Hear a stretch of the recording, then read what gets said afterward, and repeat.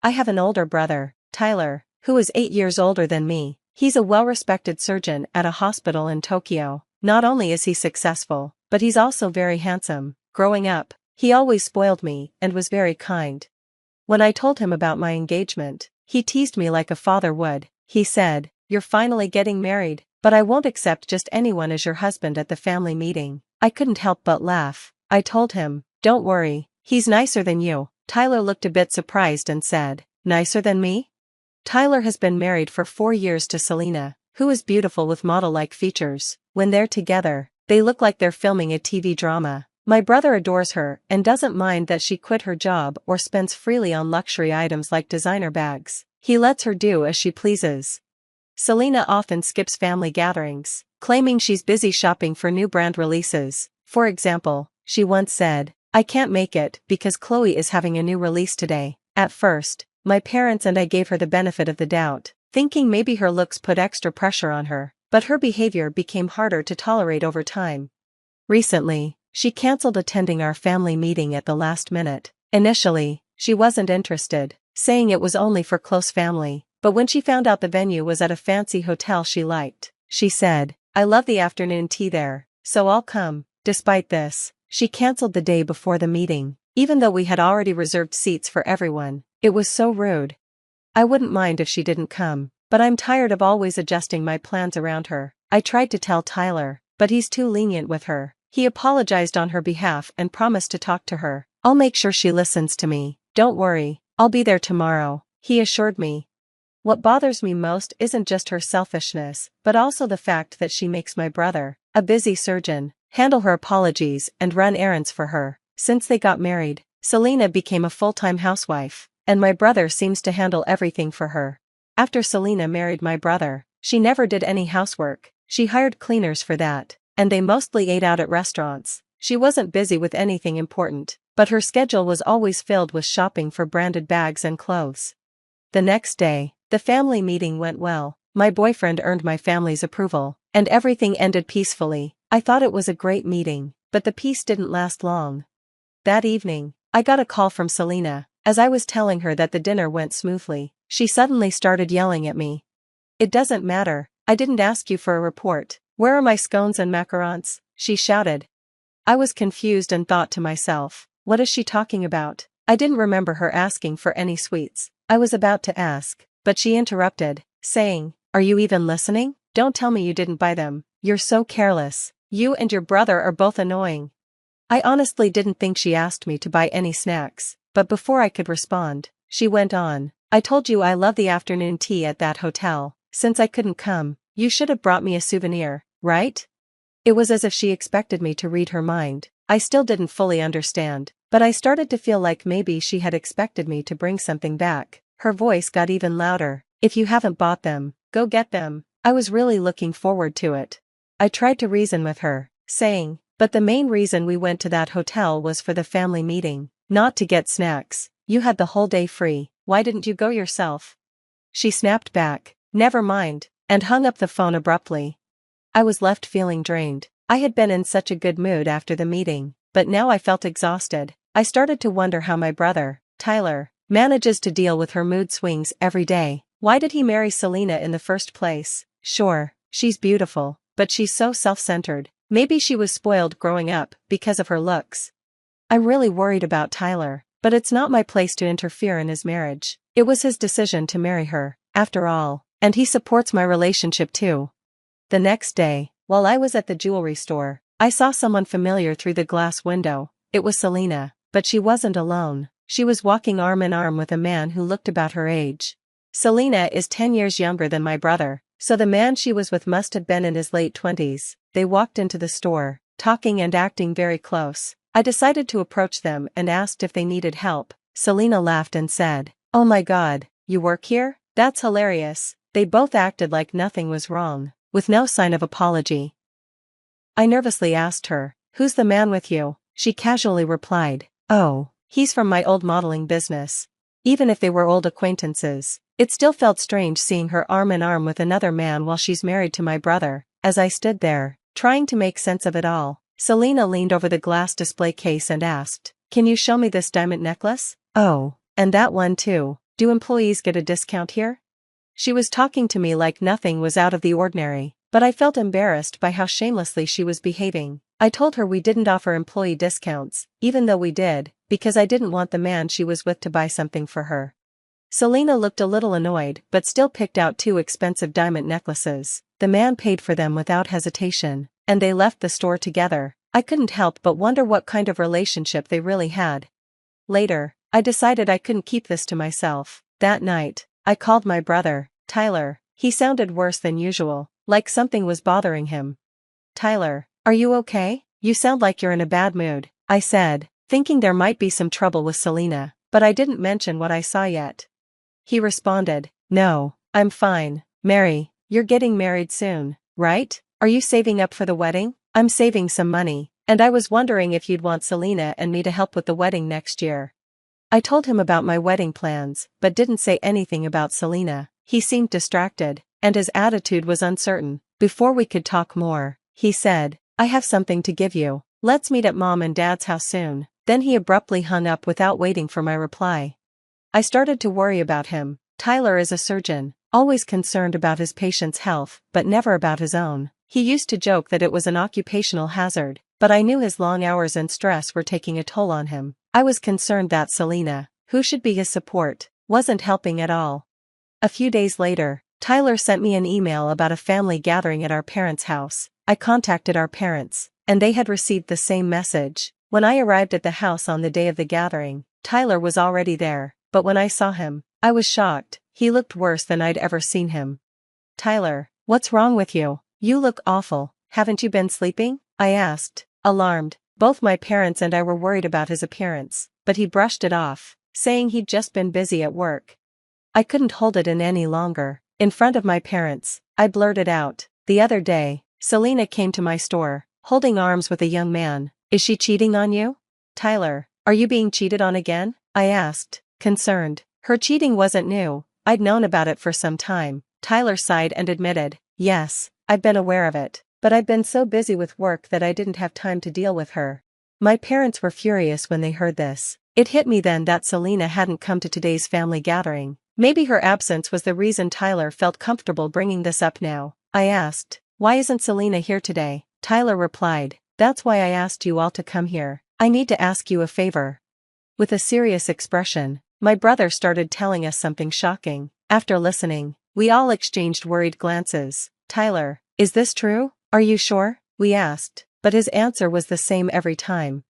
3 months later, Tyler passed away. He had been battling stomach cancer caused by stress and overwork. Looking back, it made sense. He was performing surgeries daily, and when he came home, Selena was there, not lifting a finger around the house or even showing concern for him. Tyler knew what was happening to his body. He had undergone tests after feeling unwell and discovered the cancer. He tried to treat it himself, but it was too late. I wish he had told us earlier. "Why did you always keep everything to yourself, Tyler?" I cried at his funeral, overwhelmed with helplessness. Memories of him flooded my mind, the way he used to comfort me when I was a child, always by my side when I fell or struggled with something. And now, he was gone, leaving the world too soon, not even reaching 40 years old. While I was drowning in grief, there was one person who didn't seem to belong there, Selena. She showed up at the funeral wearing the flashy diamond necklace she had bought with another man's money at my store. It was completely inappropriate for a funeral and made me sick with anger. I couldn't hold back anymore. I turned my sadness into fury and confronted her. "How could you wear something like that? Don't you know how much Tyler cared about you?" Selena, always in a bad mood, smiled at me and said, "What are you talking about? Of course I know. He was too serious and heavy, but it's normal for people to treat me differently. If you don't like it, don't bother marrying someone like me." My parents and I were barely able to contain our anger. I couldn't believe she had the nerve to speak like that, especially in front of my brother's grave. I wished nothing but the worst for her. But Selena continued, oblivious to our pain. "Tyler was always so busy. He was hardly ever home, so we were basically done as a couple. But hey, there's one good thing about being married. I get his inheritance now. I can live comfortably for the rest of my life." The moment she said that, I couldn't take it anymore. I tried to slap her across the face, but just as I raised my hand, someone grabbed it. I looked up and saw a man who nervously pulled back once I noticed him. He introduced himself. I'm a nurse. I worked with Tyler. He told me to protect you, the man said. His explanation caught me off guard, and for a moment, I was speechless. It didn't make sense, but it left me with even more questions about what had been going on behind the scenes. As I stood there at the funeral, I suddenly heard laughter. It was strange. Why would anyone be laughing at a funeral? When I turned around, I saw some familiar faces among the crowd. They were my brother's colleagues, nurses, and doctors from the hospital. I asked the man who had stopped me earlier why they were laughing, and he replied, "The doctor didn't leave any inheritance, did he? Your family knows, right?" It was true. My brother didn't leave a penny behind for anyone, but Selena, who had no idea, started to lose control. "What do you mean? Stop lying to me. You're all planning to cheat me and keep the money for yourselves, aren't you? Tyler was a surgeon in Tokyo. He must have saved a fortune," she shouted. Her words only made the nurses laugh even harder. At that moment, my father stepped in front of her and calmly asked, "You really don't know, do you?" Confused and growing impatient, Selena demanded, "What? No what? Explain it to me." So, I told her, Tyler had already distributed his money to me and a few close friends while he was still alive. He had given me 10 million yen as a wedding fund, but over time, Tyler grew tired of the pressures from both work and family, so he spent a lot of money on extravagant parties and luxuries to relieve his stress. As I explained, Selena's face turned pale, shifting from blue to white. Tyler was, by all accounts, a high-achieving person, but to cope with his stress, he spent large sums of money on hosting lavish parties, renting cruise ships, and staying in five-star hotels. He had probably wanted to do all these things with Selena, but she had never been there for him. Instead, it was his colleagues, his nurses and fellow doctors, who supported him.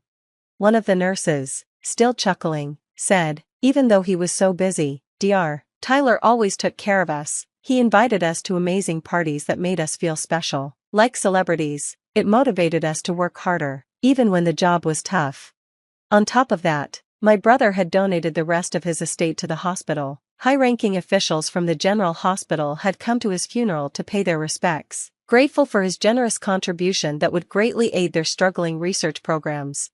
Selena, on the other hand, was furious. "We didn't have kids, so everything should be mine, right? How can you all take it away from me without my permission? You're all thieves," she yelled at my brother's colleagues. "I'll make sure every penny is paid back to me." With that, she stormed out of the funeral.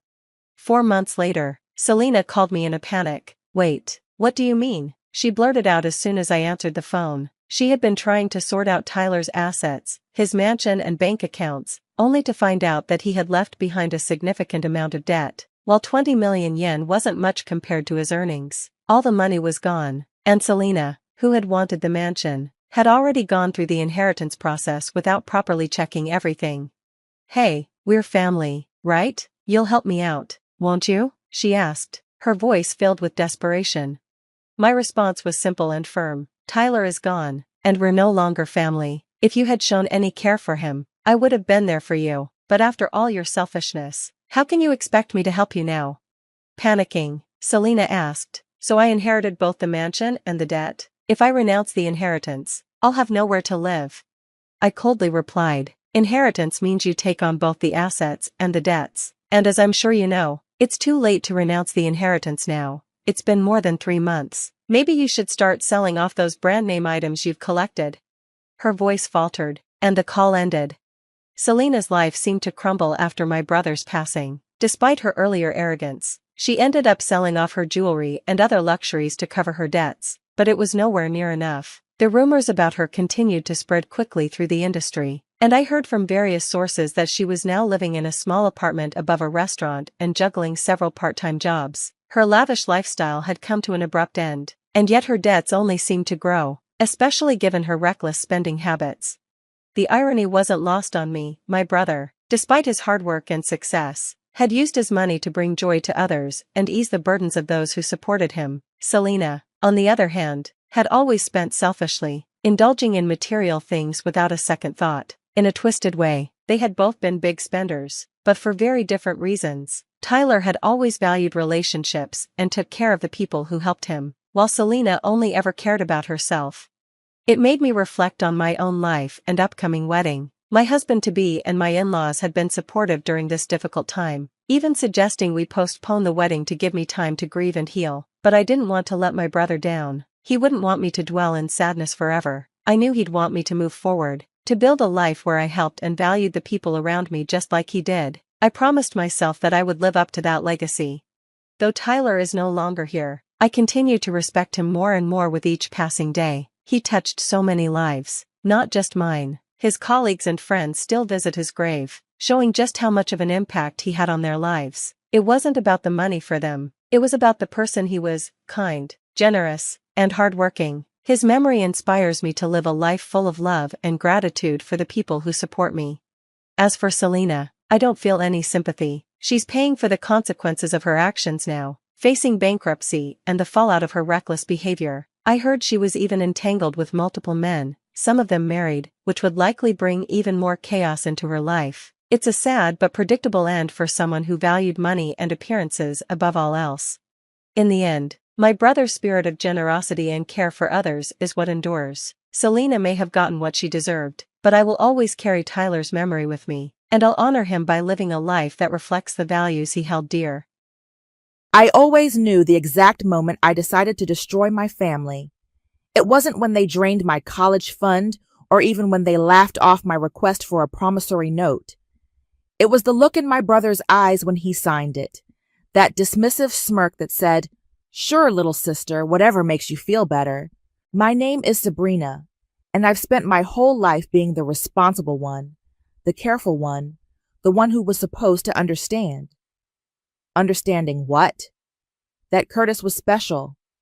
That Curtis was destined for greatness. That Curtis needed the support more than I did.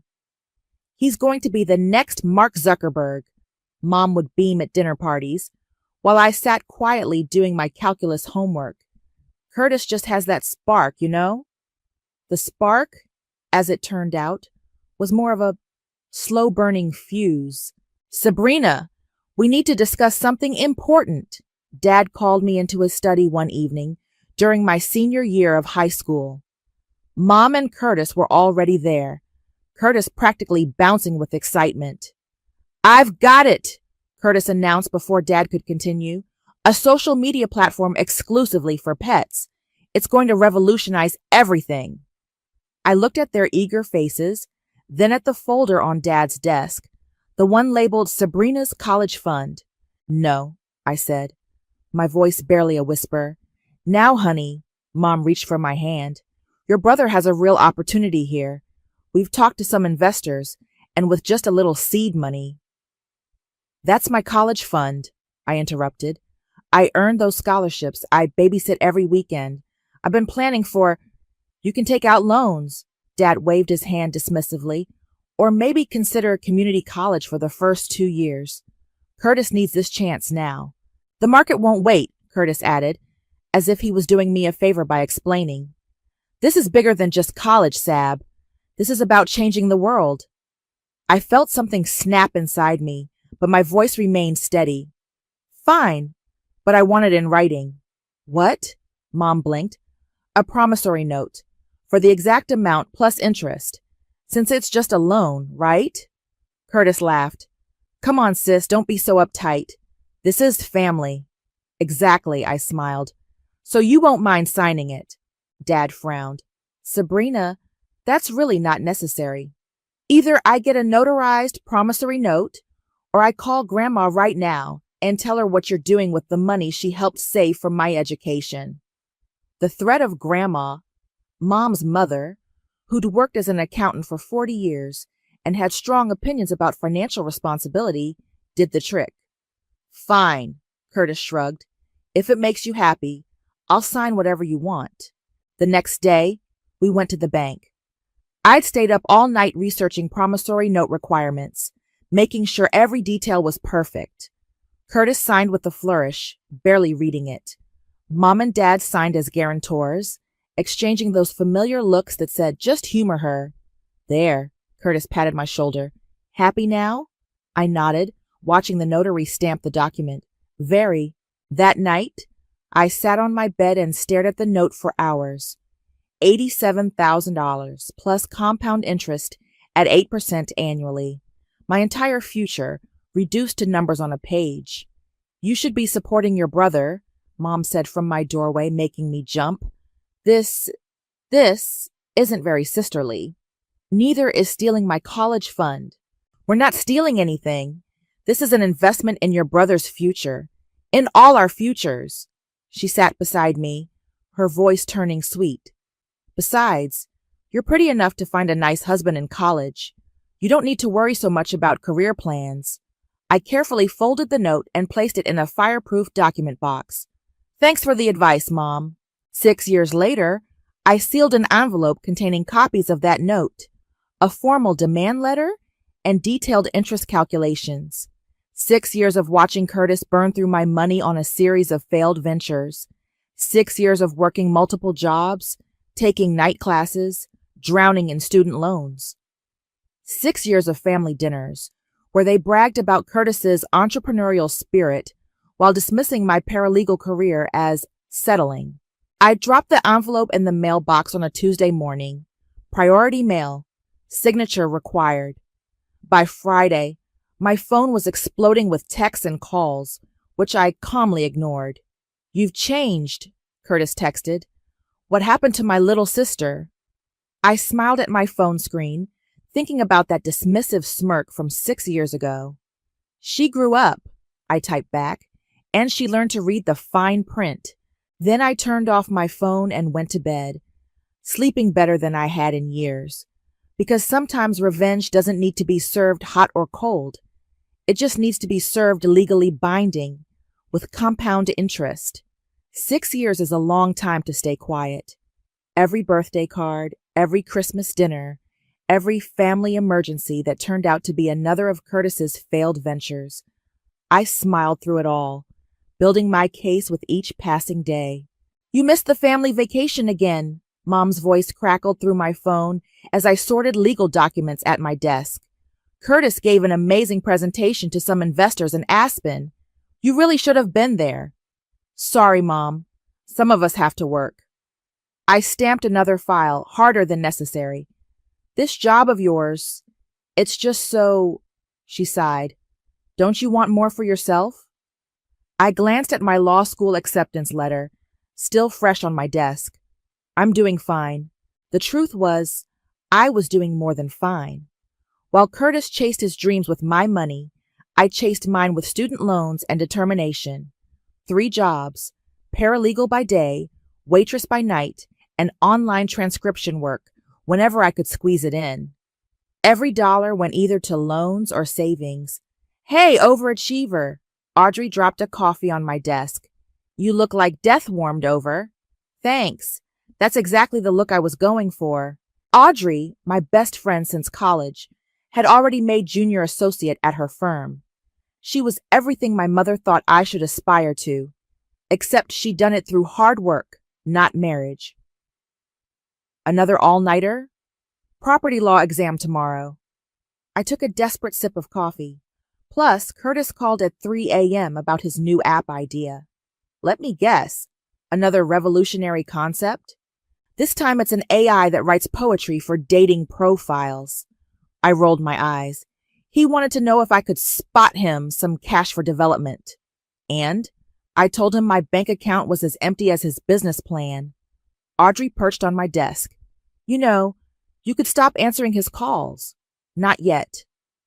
I pulled out my notebook, the one where I tracked every conversation, every request, every dismissal.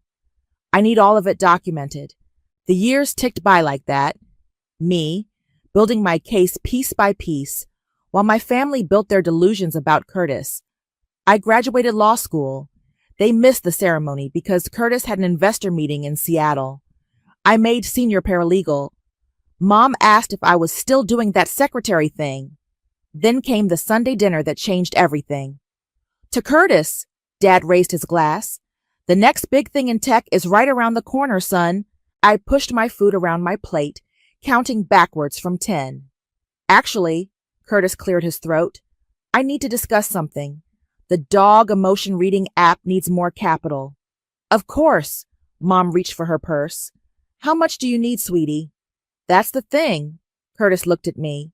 I was thinking, Sabrina's doing okay now. Maybe she could help out, for old time's sake? The room went silent. I set down my fork. You want me to invest? I asked quietly. Well, yeah, we're family, right?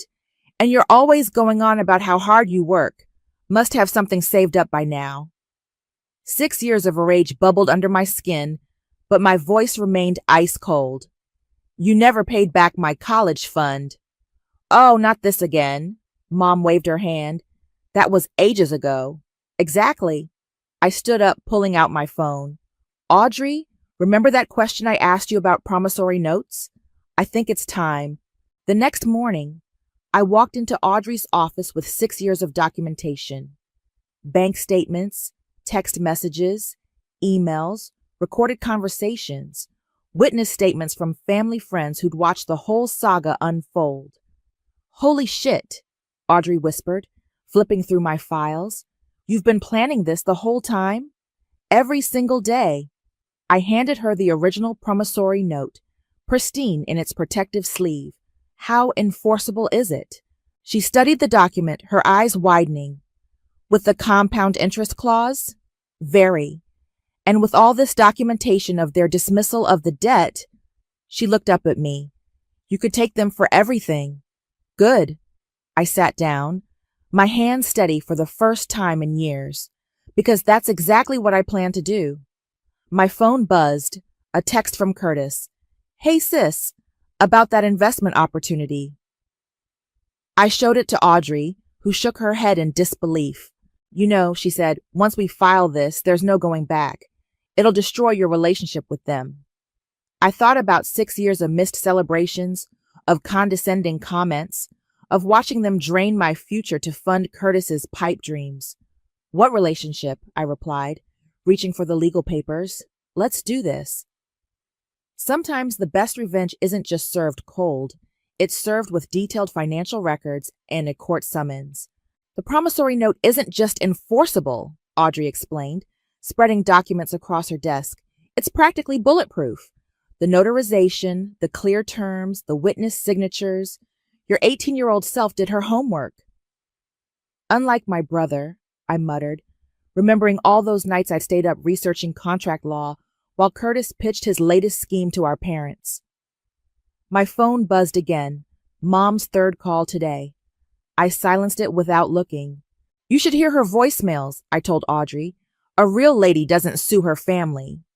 What will people think? My favorite was, you could have married Brad from church if you weren't so focused on your career. Brad, who works at the gas station? The very same. I laughed, but it came out hollow. Apparently that's better than being a paralegal putting herself through law school. A knock at my office door made us both jump. Curtis stood there, looking exactly like he had 6 years ago. Same designer clothes, same carefully styled hair, same entitled smile. Hey sis, got a minute? Audrey grabbed her files. I'll call you later, she whispered, squeezing my shoulder as she left. Curtis dropped into the chair across from my desk, spreading out like he owned the place. So, about this dog emotion app, I'm not investing, Curtis. Come on, Sab, this could be huge. Imagine being able to tell if your poodle is depressed or just having a bad hair day. Like I said, I'm not. Look. He leaned forward, his voice dropping to that conspiratorial tone he'd always used when trying to manipulate me. I know you're still hung up on that college fund thing, but this could be your chance to get in on the ground floor of something amazing. I kept my face neutral even as my hand tightened around my pen. How's the social media for pets venture going? He waved dismissively. Market wasn't ready, but this, and the AI matchmaking service? Minor setback. The cryptocurrency for garden supplies? Okay, fine. He threw up his hands. I've had some failures, but that's how success works. You have to fail big to win big. No, Curtis. That's how you work. You fail big with other people's money. His smile faltered. What's that supposed to mean? I pulled out the promissory note copy. It means I'm done funding your failures. The color drained from his face as he read. You can't be serious. This was years ago. With compound interest. This will kill Mom and Dad. He stood up, knocking over my pencil holder. Is that what you want? To destroy our family? Our family was destroyed the moment they decided your dreams were worth more than mine. You're just jealous. He spat the words.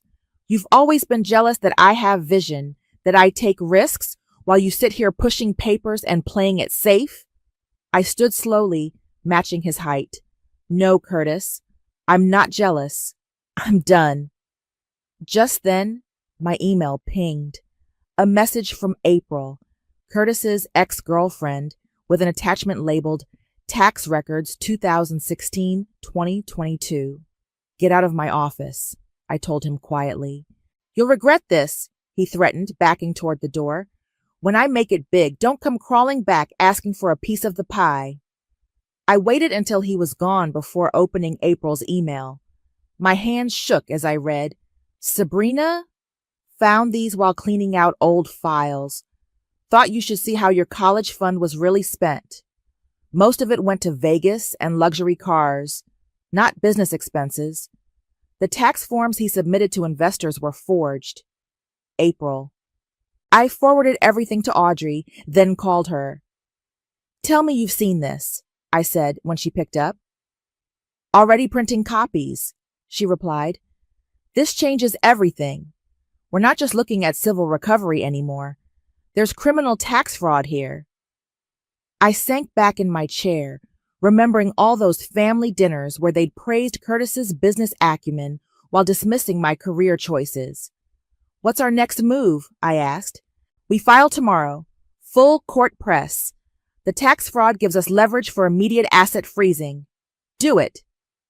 That night, I sat in my apartment staring at old family photos. Mom's voice played in my head.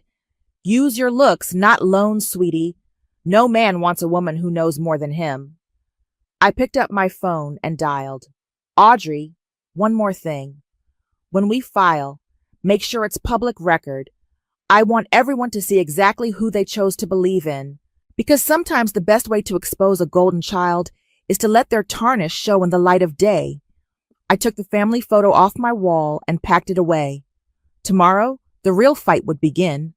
The lawsuit hit like a thunderbolt on a clear day. Dad called first, his voice trembling with rage. What the hell do you think you're doing? He demanded. Collecting a debt, I replied calmly, organizing files on my desk. You should be receiving the official documents any minute now. This is your family. Funny. That didn't seem to matter when you took my college fund. He switched tactics, his voice softening. Sweetheart, if you needed money, you could have just asked, like Curtis does. The words came out sharper than I intended. Every month? For 6 years? The line went silent for a moment. This will destroy your mother. No, Dad. You and Curtis did that when you forged those tax documents. He hung up. Within minutes, my phone exploded with notifications.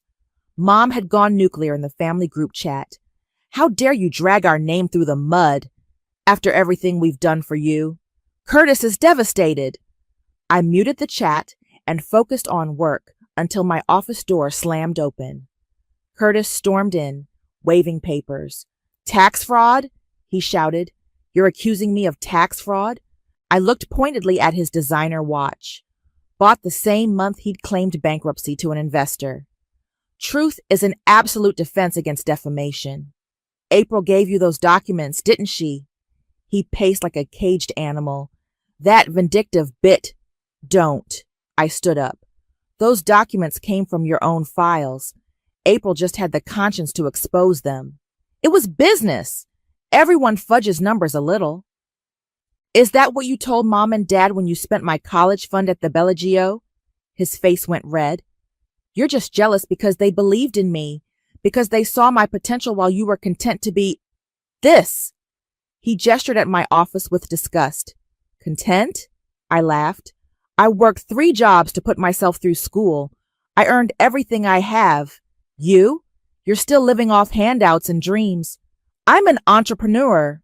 You're a fraud, and now everyone knows it. He lunged forward, sweeping everything off my desk in one angry motion. Papers scattered everywhere. My coffee mug shattered on the floor. Feel better? I asked quietly. Security arrived before he could answer, summoned by my discreet panic button. As they escorted him out, he kept shouting about family loyalty and betrayal. My phone buzzed, a text from Audrey. Check your email, now. The subject line read, Notice of Asset Transfer, Walsh Family Trust. They're moving money offshore, Audrey explained when I called, but they're sloppy. Your dad used his work email to coordinate with the bank. We can prove intent to hide assets. How bad? Bad enough for an emergency injunction. Judge Harrison is reviewing it now. I hung up just as Mom's latest voicemail came through. Your grandmother would be ashamed of you. She believed in family above all else.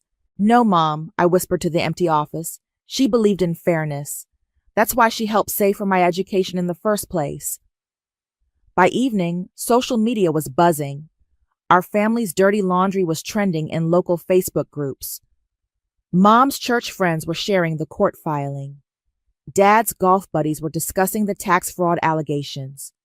You've started a war, Audrey said over drinks that night. Are you ready for the fallout? I showed her my phone. Dozens of messages from other daughters, sisters, women who'd been told to step aside for their brother's dreams. This stopped being about just my family the moment they tried to hide the money, I replied. Now it's about every girl who was told her future mattered less. My phone lit up with another call. Curtis again. This time I answered. What? They're selling the house, his voice cracked. Mom's crying. Dad's talking about early retirement.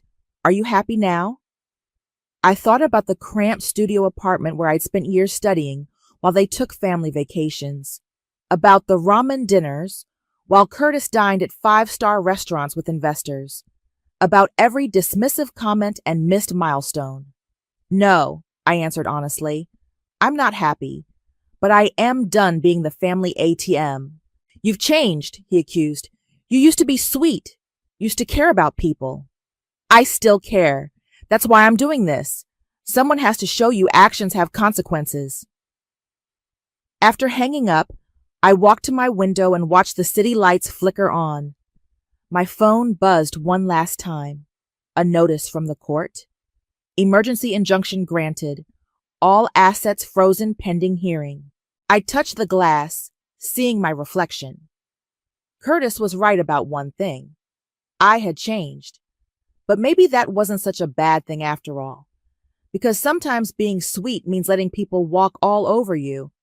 And I was done being anyone's doormat. The deposition room felt colder than it should have in the middle of summer. I sat across from my family, a polished conference table between us, while cameras recorded every word. Please state your name for the record, Audrey began, every inch the professional. Helen Walsh, Mom answered, her voice brittle with anger. She'd worn her church clothes, as if this were a Sunday service instead of a legal proceeding. And could you describe your role in the events of May 15th, 6 years ago? I was protecting my family, Mom snapped, something my daughter seems to have forgotten about. Mrs. Walsh, please just answer the question. Dad sat rigid in his chair, his jaw clenched. Curtis slouched beside him, trying to project indifference, but failing to hide his nervous finger-tapping. We made a family decision, Mom continued, to invest in Curtis's future. As parents, we have the right to steal from one child to fund another, I interrupted, earning a sharp look from Audrey. It wasn't stealing, Mom's voice rose. We were going to pay it back when Curtis succeeded. Audrey pulled out a document. Is this your signature, agreeing to repay the amount with interest? Yes, but...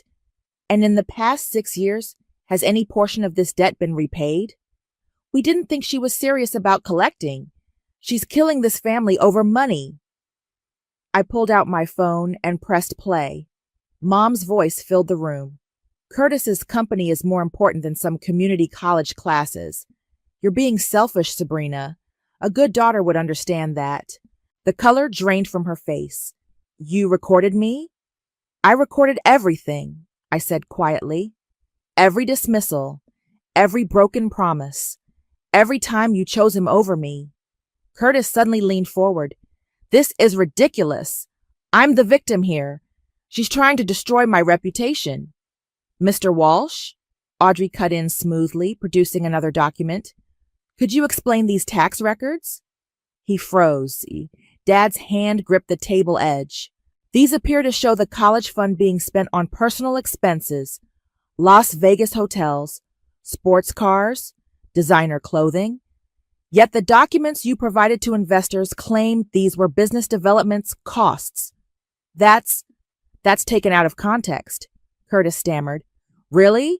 Because we have statements from 3 different investors who were shown falsified documents. Son? Dad's voice shook. What did you do? Curtis exploded. What did I do? I did what you taught me. Take risks. Think big. Who cares where the money came from as long as we succeeded? By committing fraud? I asked. By believing in myself. Something you never did. He pointed at me accusingly. You were always the careful one, the boring one, playing it safe with your little legal job and your stupid night classes. Mr. Walsh, Audrey interrupted, are you admitting to knowingly falsifying financial documents? The room went silent. Curtis's face went from red to white as he realized what he'd said. I want to speak to my lawyer. Note it for the record. Audrey gathered her papers. I think we have everything we need. Mom started crying, the quiet, controlled sobs she usually reserved for manipulating Dad.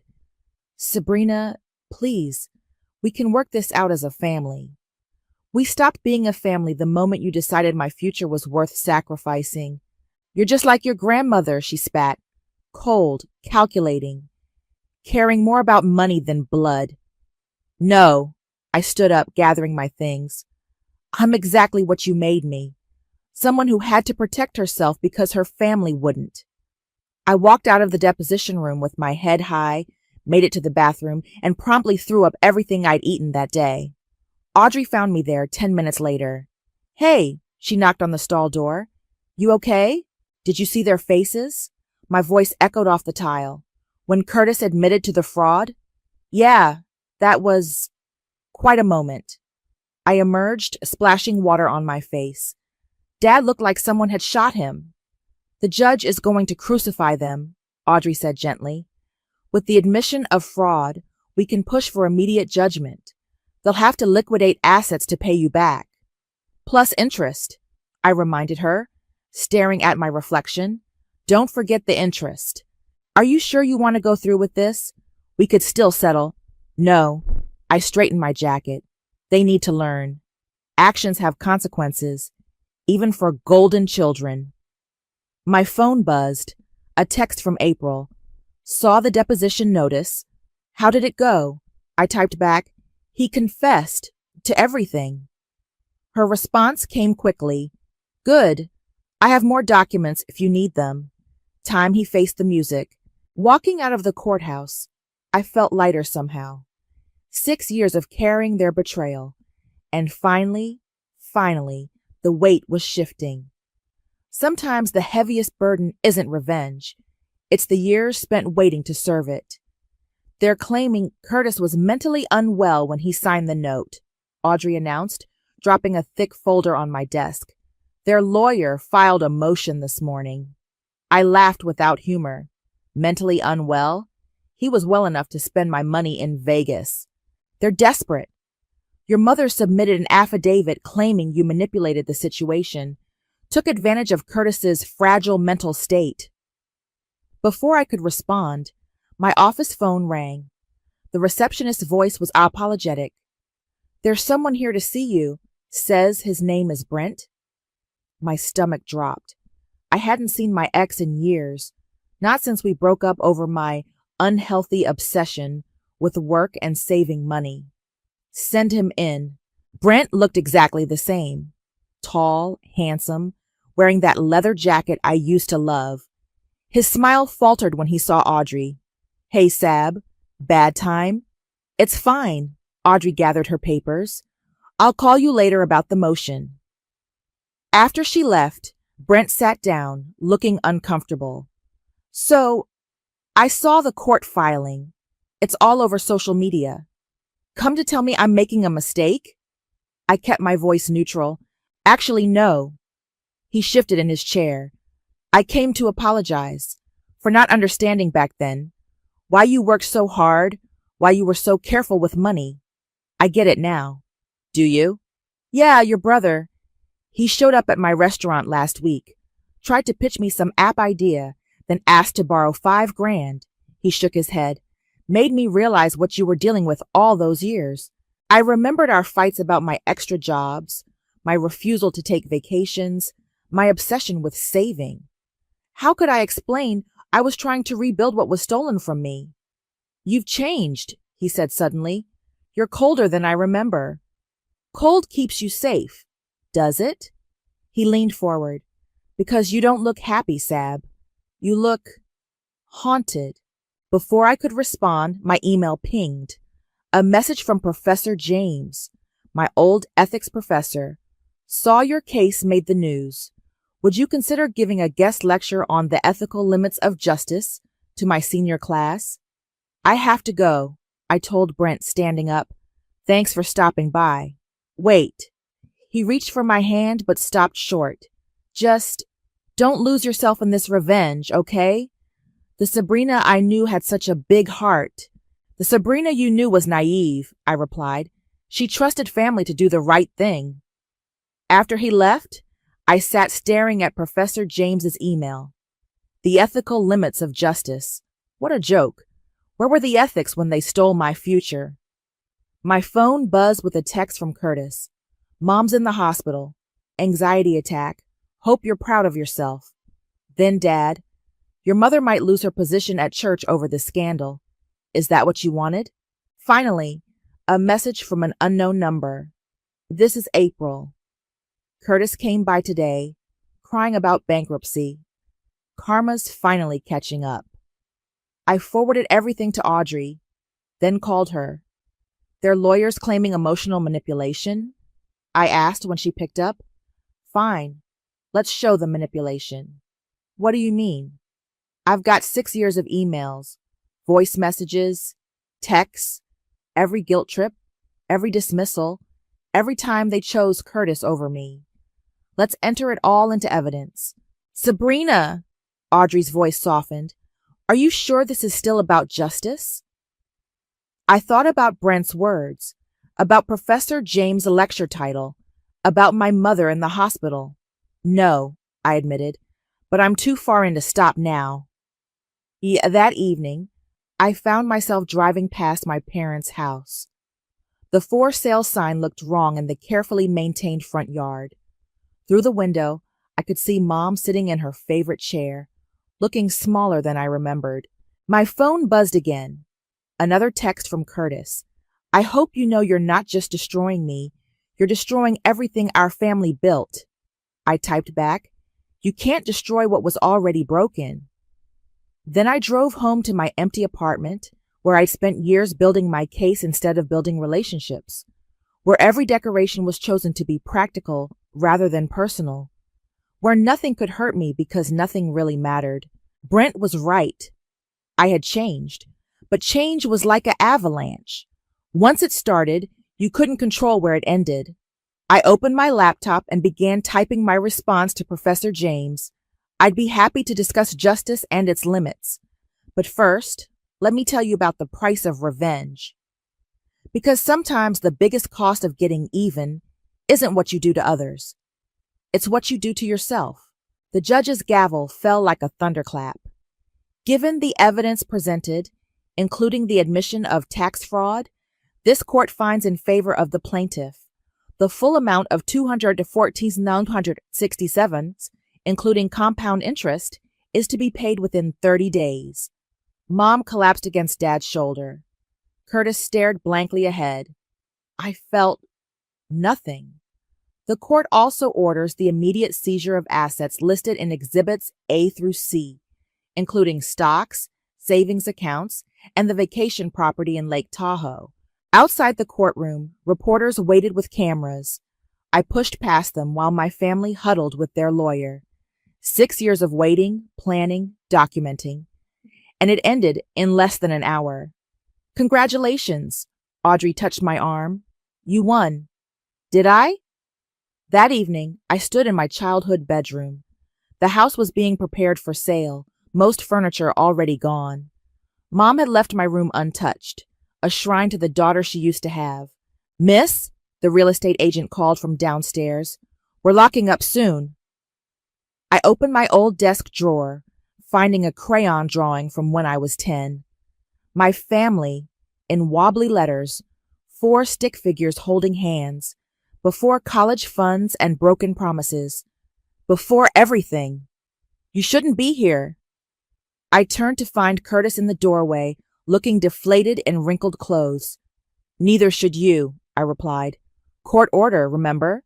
I filed for bankruptcy this morning. He slumped against the wall. Dad's selling his partnership at the firm. Mom's having panic attacks. Are you happy now? You know what's funny? I held up the drawing. I actually believed we were happy back then, that you were the best big brother in the world. I was. No. You were just better at taking than I was at saying no. He stepped closer, his voice breaking. I really thought I could make it work. The companies, the ideas, I really believed. I know. And suddenly I did. That's what makes it worse. You believed your dreams were worth sacrificing everyone else's. Says the person who just destroyed her entire family over money. Not over money. I set the drawing on the empty desk. Over respect, over equality, over 6 years of watching our parents treat you like you mattered more. A car horn honked outside. Mom and Dad waiting to take Curtis to dinner. Of course they'd still choose him, even now. They're waiting for you, I said. They're your parents, too. No. They're the people who taught me that daughters are worth less than sons. I walked to the door. Goodbye, Curtis. Sabrina, wait. But I was already gone, the same way they'd been gone every time I needed them. Later that night, I met Professor James at a quiet bar. Quite a victory, he said, studying me over his glasses. But you don't look victorious. I expected to feel different. I swirled my untouched drink.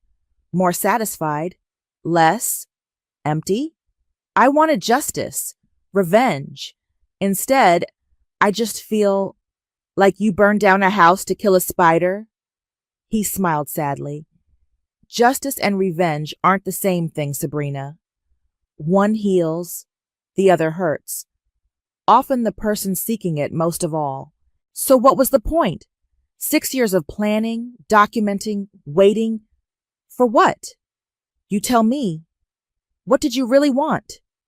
I thought about the drawing in my pocket, about family dinners and broken promises, about Curtis's face in court and Mom's panic attacks. I wanted them to understand, I whispered, to feel what I felt, to know what it's like to have your future stolen by someone who's supposed to love you. And do they understand now? No.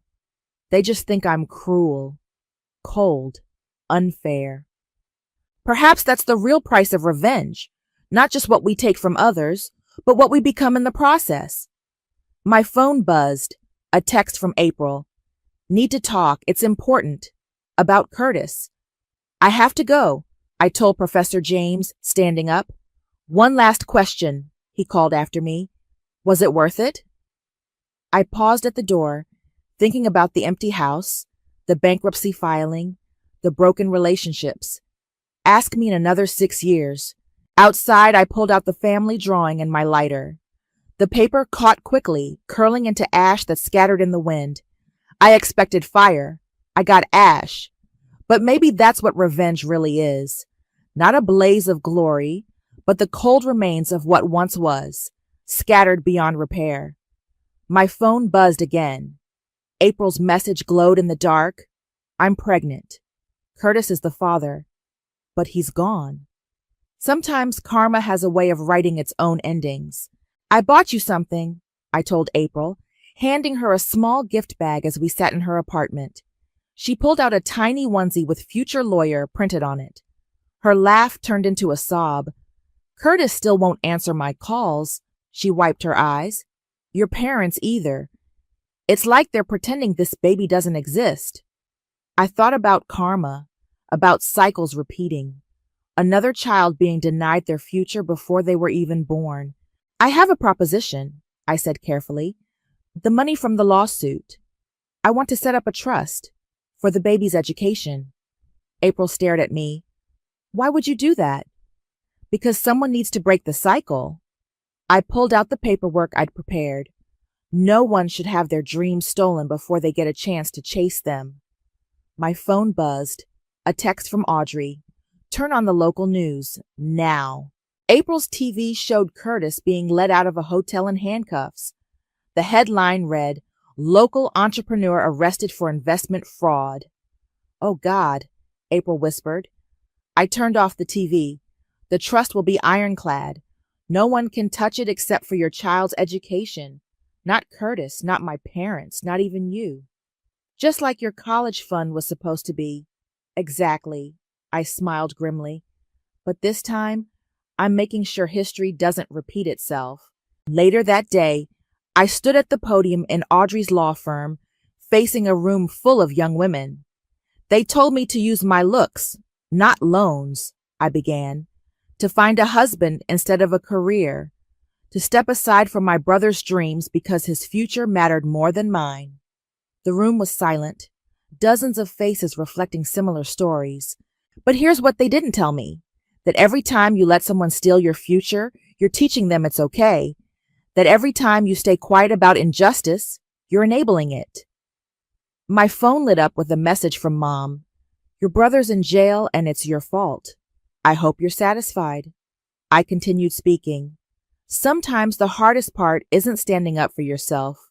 It's living with the consequences of finally saying, enough. After the speech, Audrey found me in her office. The firm wants to offer you a position, she said, once you pass the bar. Your case has inspired a lot of women to seek legal help for similar situations. I don't know if I want to practice family law, I admitted. It feels too personal, raw. My phone rang. Dad's number. For the first time in weeks, I answered. What do you want? Your mother found your old report cards. His voice was rough. All those perfect grades. All those teacher comments about your potential. We never really looked at them before. I waited. The trust fund you set up for April's baby? That was decent of you. It wasn't decent. It was necessary. Could we meet? Talk about everything? I thought about the empty house, the bankruptcy, Curtis in handcuffs, about April's baby and broken cycles. No, I said quietly, not yet. Maybe someday, but not yet. I hung up and looked at Audrey. I'll take the job. That evening, I unlocked my new condo, bought outright with lawsuit money. No more cramped apartments or student loan payments. No more working 3 jobs or eating ramen for dinner. On my desk sat the final paperwork for April's baby's trust fund, next to a frame holding my law school acceptance letter. Beside it, a new family photo, me and April at her last ultrasound. My phone chimed one last time. A message from Professor James. Saw your speech online? Remember what I said about justice versus revenge? You finally found the difference. I looked at the trust fund paperwork, thinking about futures stolen and futures protected, about cycles broken and new beginnings. They say revenge is best served cold, but justice tastes like hope, like breaking patterns, like ensuring someone else's child won't have to fight the battles you did. I signed the trust fund papers, making it official. Then I wrote one final message to my family's group chat. I didn't win when I got my money back. I won when I decided to use it to protect someone else's future. That's the difference between revenge and justice. One ends cycles, the other starts them. Then I blocked the chat, poured a glass of wine, and started preparing for my new job. Because sometimes the best revenge isn't getting even, it's getting better. And sometimes justice isn't about what you take back, but what you give forward. The baby's due date was circled on my calendar. A new beginning. A protected future. A cycle broken. And for the first time since this all began, I felt truly free. The call came during my shift at the bookstore. "Wendy, come home now. Your sister's been in a terrible accident." My mother's voice crackled with hysteria, and my heart dropped into my stomach. I knocked over a stack of romance novels as I grabbed my bag, barely remembering to tell my manager I had a family emergency. I'm Wendy, and that day changed everything. Not because of what actually happened, but because of what didn't happen. I burst through our front door 20 minutes later, chest heaving, expecting to find ambulances, tears, maybe blood. Instead, I heard giggling from the living room. Savannah sat cross-legged on the couch, scrolling through her phone, face perfectly intact. "Oh my God, did you literally run here?" She smirked, not even looking up. "Mum's being dramatic. Elliot just bumped my car at the mall, like, barely." Mum rushed in from the kitchen. "Honey, thank goodness you're here. It was horrible. Savannah could have been killed." I stared at my sister's unmarked face, then at my mother's mascara-streaked cheeks. "She looks fine to me." "The trauma isn't always visible, Wendy," Mum snapped. "We're taking her to see specialists tomorrow." That was 3 weeks ago. Today, I'm standing in front of an ATM, staring at my account balance in disbelief. The screen mockingly displays $127.42. Last month, it showed $32,191.65. My entire college fund, 5 years of summer jobs, birthday money, and overtime shifts. Gone.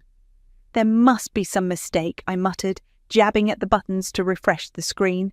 Same numbers. My hands started shaking. I called my father first. "Dad, something's wrong with my account. All my money's gone." Silence. Then, "Come home, Wendy. We need to talk." I found them both in the kitchen. Mum was stress cleaning the counters, and Dad wouldn't meet my eyes. "Where's my money?" My voice came out smaller than I intended. Mum's scrubbing intensified. "We had to use it for Savannah's emergency surgery. The insurance wouldn't cover everything, and you know how important this was for her recovery." "What surgery? She wasn't even hurt." "The accident left her with severe facial trauma," Mum insisted. "The specialist said immediate intervention was crucial." "She was on Instagram an hour after the accident posting selfies." Dad finally spoke up. "Wendy, your sister needed this. Sometimes families have to make sacrifices." "My sacrifices! My money!" I could feel tears burning behind my eyes. "I worked every summer since freshman year for that fund. You promised it was untouchable." "Don't be selfish," Mum hissed. "Savannah could have been disfigured. What kind of sister are you?" "The kind who actually got hurt," I whispered. Savannah chose that moment to float in, wearing her new crop top and looking absolutely untraumatized. "Why is everyone yelling?" "Your sister is being dramatic about the money we needed for your surgery," Mum said, shooting me a warning look. "Oh my God, Wendy, it's just money." Savannah rolled her eyes. "You can always make more. My face is like, literally, my future." I stormed upstairs, slamming my door so hard the family photos rattled. Through the wall, I could hear Savannah's phone chiming with notifications, probably more likes on her latest post. That night, I couldn't sleep. I kept calculating the hours I'd worked, the birthdays I'd saved through, the Christmas money from Grandma, all gone for what? I got up around midnight to get some water. That's when I saw it sitting on the kitchen counter, a medical bill that Mum had forgotten to put away. I shouldn't have looked, but I did. Patient, Savannah Ramirez procedure, elective rhinoplasty. Date, Roaring 6/15/2023, not reconstruction, not trauma repair, a nose job. The paper crumpled in my fist as 5 years of being the responsible one, the understanding sister, the good daughter, crystallized into something hard and cold in my chest. They hadn't just stolen my money, they'd stolen my future, my dreams, my chance at college. Also, Savannah could get the nose she'd been whining about since she was 14. I smoothed out the paper and took a photo with my phone. Then I put it back exactly where I found it, went upstairs, and opened my laptop. My hands weren't shaking anymore as I started searching for insurance fraud reporting procedures. If they wanted to play with money that wasn't theirs, fine, but they were about to learn that quiet daughters don't always stay quiet, and some debts demand repayment. "Girl, this is insane," Chloe said, squinting at her laptop screen. We were huddled in the back corner of the public library, where the security cameras had a blind spot. "The police report from your sister's accident is public record. Want to see it?" I leaned in closer. "Show me everything." "Okay, so according to this, it happened at 2:47 p.m. in the mall parking lot. Low-speed collision, estimated under 5 pin/km. Single point of impact on front bumper. No injuries reported at scene." Chloe looked up at me. "That's it. That's literally it." "No injuries reported," I repeated slowly. "But my mother screamed about severe facial trauma." "Your mum's always been dramatic, but this is next level." Chloe started typing again. "Let me check something else. When did they file the insurance claim?" 3 days after. I remember because Mum was on the phone all morning with them. Chloe's fingers flew across the keyboard. "I'm in my dad's insurance database. Don't ask how I have his password." She paused. "Oh, wow. Wendy, they claimed over 40,000 in damages and medical expenses for a parking lot bump." My stomach churned. "Keep digging." "Wait. There's another claim from 2 years ago. Similar pattern, minor incident, massive payout. That time it was for Savannah's emergency dental work after she supposedly fell at dance practice." The memory hit me like a slap. That was right after I'd been accepted to the prestigious summer science program at MIT, the one I couldn't attend because money was tight that year. "I need copies of everything," I said. "Already downloading? But Wendy," Chloe hesitated, "this is serious fraud. If you report them, they'll deserve what they get." That evening, Mum insisted on a family dinner, probably to remind everyone how normal and perfect we were. I pushed my food around while Savannah dominated the conversation. "My followers are obsessed with my new look," she gushed. "This one influencer even messaged me about a possible collab." "That's wonderful, sweetie," Mum beamed. "The surgery was absolutely worth it, and it was so easy to push the insurance through when you word things a certain way." My phone was already recording in my pocket. I looked up innocently. "What do you mean, Mum?" "Oh, you know," she waved her hand vaguely. "Insurance companies always try to lowball you. You just have to know how to present things." "Like calling a nose job facial reconstruction?" The words slipped out before I could stop them. The table went silent. Dad's fork clattered against his plate. "Wendy," Mum's voice turned sharp, "we've discussed this. Your sister needed medical intervention after her trauma." "Right, the trauma that didn't exist." "Stop being such a jealous freak," Savannah snapped. "Just because you're boring and basic doesn't mean—" "Savannah," Dad warned, but I was already standing up. "You know what's funny?" I said, my voice deadly calm. "I found my old acceptance letter to that science camp yesterday, the one I couldn't go to because we couldn't afford it. Guess that money went to Savannah's mysterious dental emergency instead." Mum's face paled slightly. "That was different. Your sister needed it more." "Yeah, I know. She always does." I walked to the door, then turned back. "By the way, I recorded this whole conversation. Just thought you should know." The look of panic that flashed across my mother's face was worth every missed opportunity, every stolen dream. Later that night, my phone buzzed with a text from Chloe. "Got something else? Your sister's boyfriend, Elliot, just posted old pics from the day of the accident. Check his Instagram story." There it was, Savannah and Elliot at the mall food court, timestamped 3:30 p.m., less than an hour after the supposed traumatic collision. She was laughing, face perfectly fine, showing off some shopping bags. I saved the screenshots, adding them to my growing collection of evidence. Then I noticed something in my email, a notification about a new claim submission on our family insurance policy. Using Mom's birthday as the password, she used it for everything, I logged in. There it was. They were trying to file another claim, this time backdating medical expenses from before the accident. My hands shook as I took screenshots of everything. They weren't just lying about one claim, they were building a whole false narrative, probably to justify the massive payout they'd already received. A new text from Chloe lit up my phone. Holy shit! Just found out my dad's insurance company has a zero-tolerance fraud policy. One proven false claim, and they investigate everything from the past 5 years. You sure you want to do this?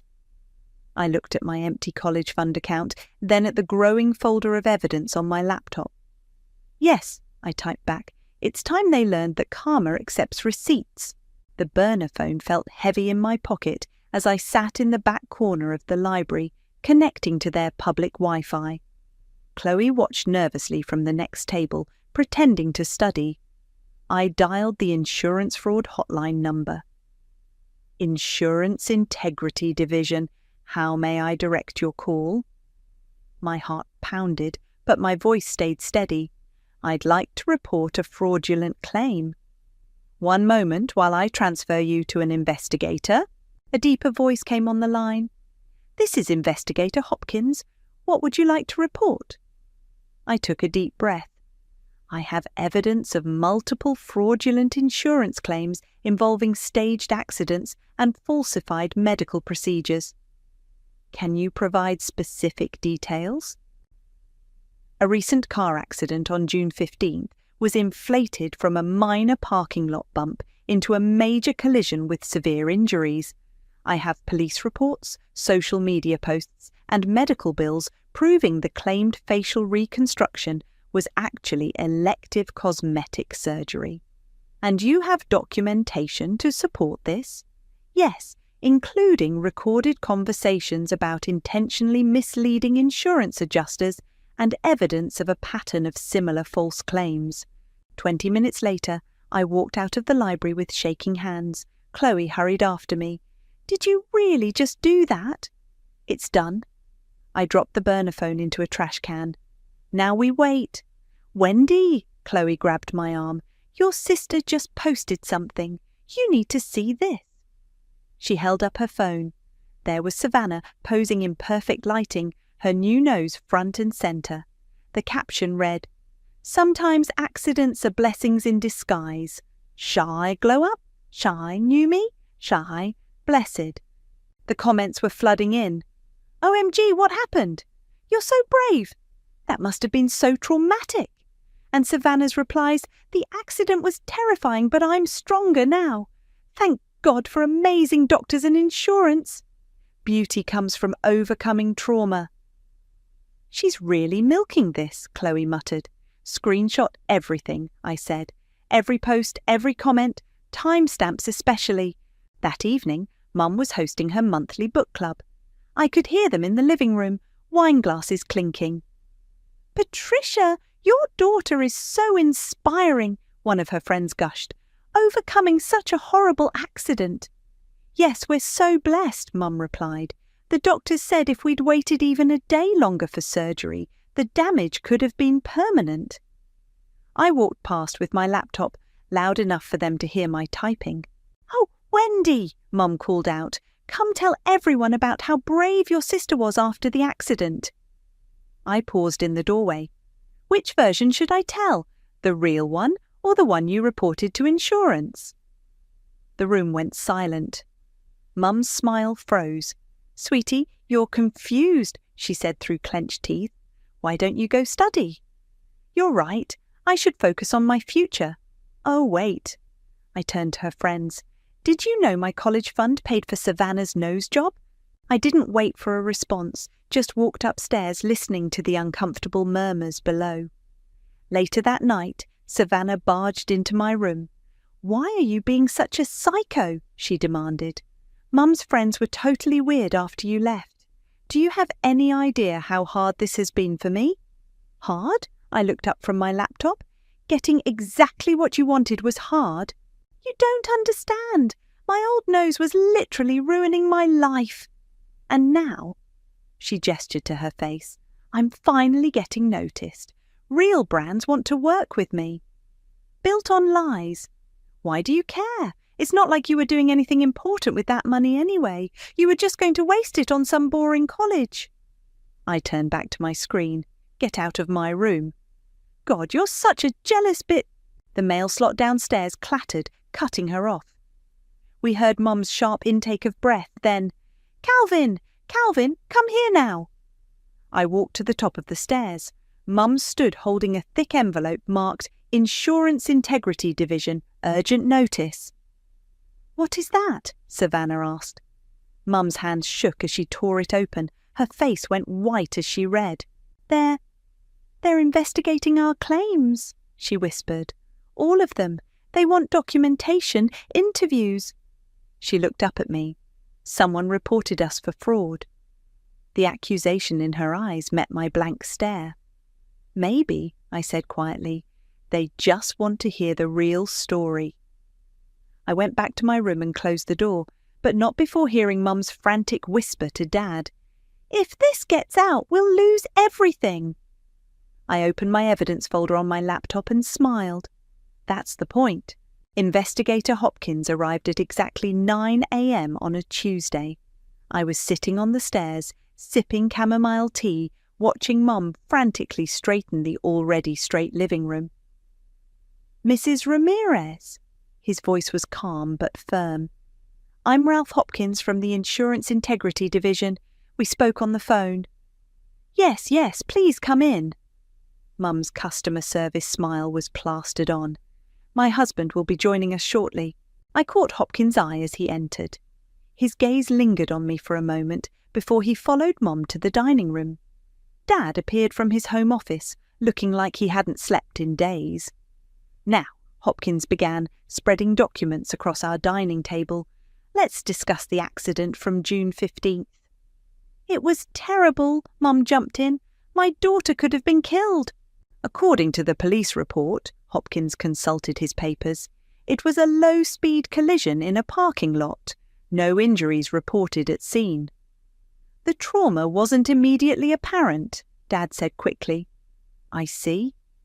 Hopkins pulled out his tablet. "Yet your daughter posted this selfie 43 minutes after the accident, caption reading, 'Mall Hall with Bay, no visible injuries.'" Mum's smile cracked slightly. "The damage was internal, which is why you claimed emergency reconstructive surgery." Hopkins raised an eyebrow. "I have the medical records here. The procedure performed was elective rhinoplasty. The doctors recommended—" Mum started. "I have the surgical consultation notes," Hopkins cut in, "dated 3 months before the accident. Your daughter was already planning this surgery." The silence was delicious. I took another sip of tea. "Savannah!" Mum suddenly called upstairs. "Come down, please." My sister appeared, looking confused until she saw Hopkins. Her face went pale. "Miss," Hopkins turned to her, "could you explain these social media posts? You claimed severe facial trauma, yet your own Instagram shows you at a party the night of the accident." I was being brave," Savannah stammered. "And these messages to your followers about your accident recovery journey, dated before the actual accident." Mum stood up sharply. "I think we should have our lawyer present." "That's your right," Hopkins nodded. "But I should inform you that we're also investigating the claim from 2021, the dental work after the dance incident." Dad's hands started shaking. "That was different." "Was it?" Hopkins pulled out more papers. "Because we have evidence suggesting a pattern of fraudulent claims, multiple incidents where minor events were inflated into major payouts." "This is ridiculous," Mum snapped. "We're upstanding members of this community." "Who stole my college fund?" I said quietly from the doorway. Everyone turned to look at me. Mum's face twisted with fury and fear. "Wendy, go to your room." "College fund?" Hopkins asked. "It's not relevant," Dad said quickly. "Actually," I stepped into the room, "it is. They emptied my account, money I earned working since I was 14, to pay for Savannah's nose job, then claimed it was for emergency reconstruction after a fake accident." "You little snake," Savannah hissed. Hopkins was writing rapidly in his notebook. "Miss, would you be willing to provide a formal statement?" "No," Mum stood up. "This meeting is over. We'll have our lawyer contact you." "Very well." Hopkins gathered his papers. "But I should warn you, we're expanding this investigation. If we find evidence of coordinated fraud, the consequences could include criminal charges." After he left, Mom rounded on me. "What did you tell them?" "Nothing they couldn't find themselves," I replied. "Receipts don't lie, Mom, neither do timestamps." "Do you have any idea what you've done?" Dad's voice shook. "We could lose everything." "I already did." I turned to leave, then paused. "Oh, and Savannah, you might want to delete those posts about your accident recovery journey. Insurance fraud investigators can be really thorough about social media evidence." I went upstairs to my room, but I could still hear Mom on the phone. "Nicole, it's Patricia. Everything's falling apart. If this leaks, if people find out. Oh God, what do I do?" My Aunt Nicole's voice carried faintly through the speaker. "Maybe you should have thought about that before stealing your daughter's future." I opened my laptop and checked my email. There was a new message from Hopkins requesting a formal interview.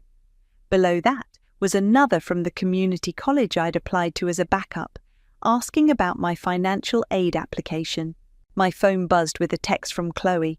"Holy shit! My dad just said your family's case is becoming a huge deal at the insurance company. They're talking about making an example of repeat offenders." I typed back, "Good." Another text came through, this time from Savannah. "I hope you're happy. You've ruined everything."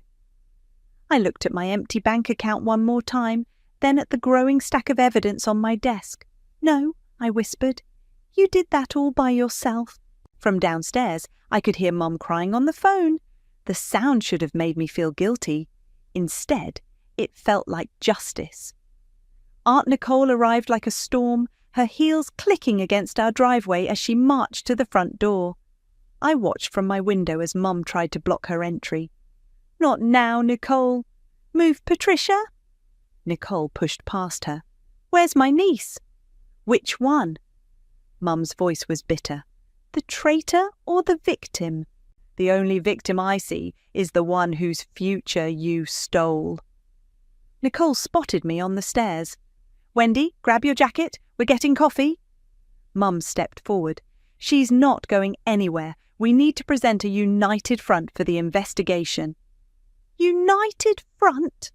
Nicole laughed sharply. "Like when you presented a united front about Dad's inheritance? How'd that work out?" Mum went white.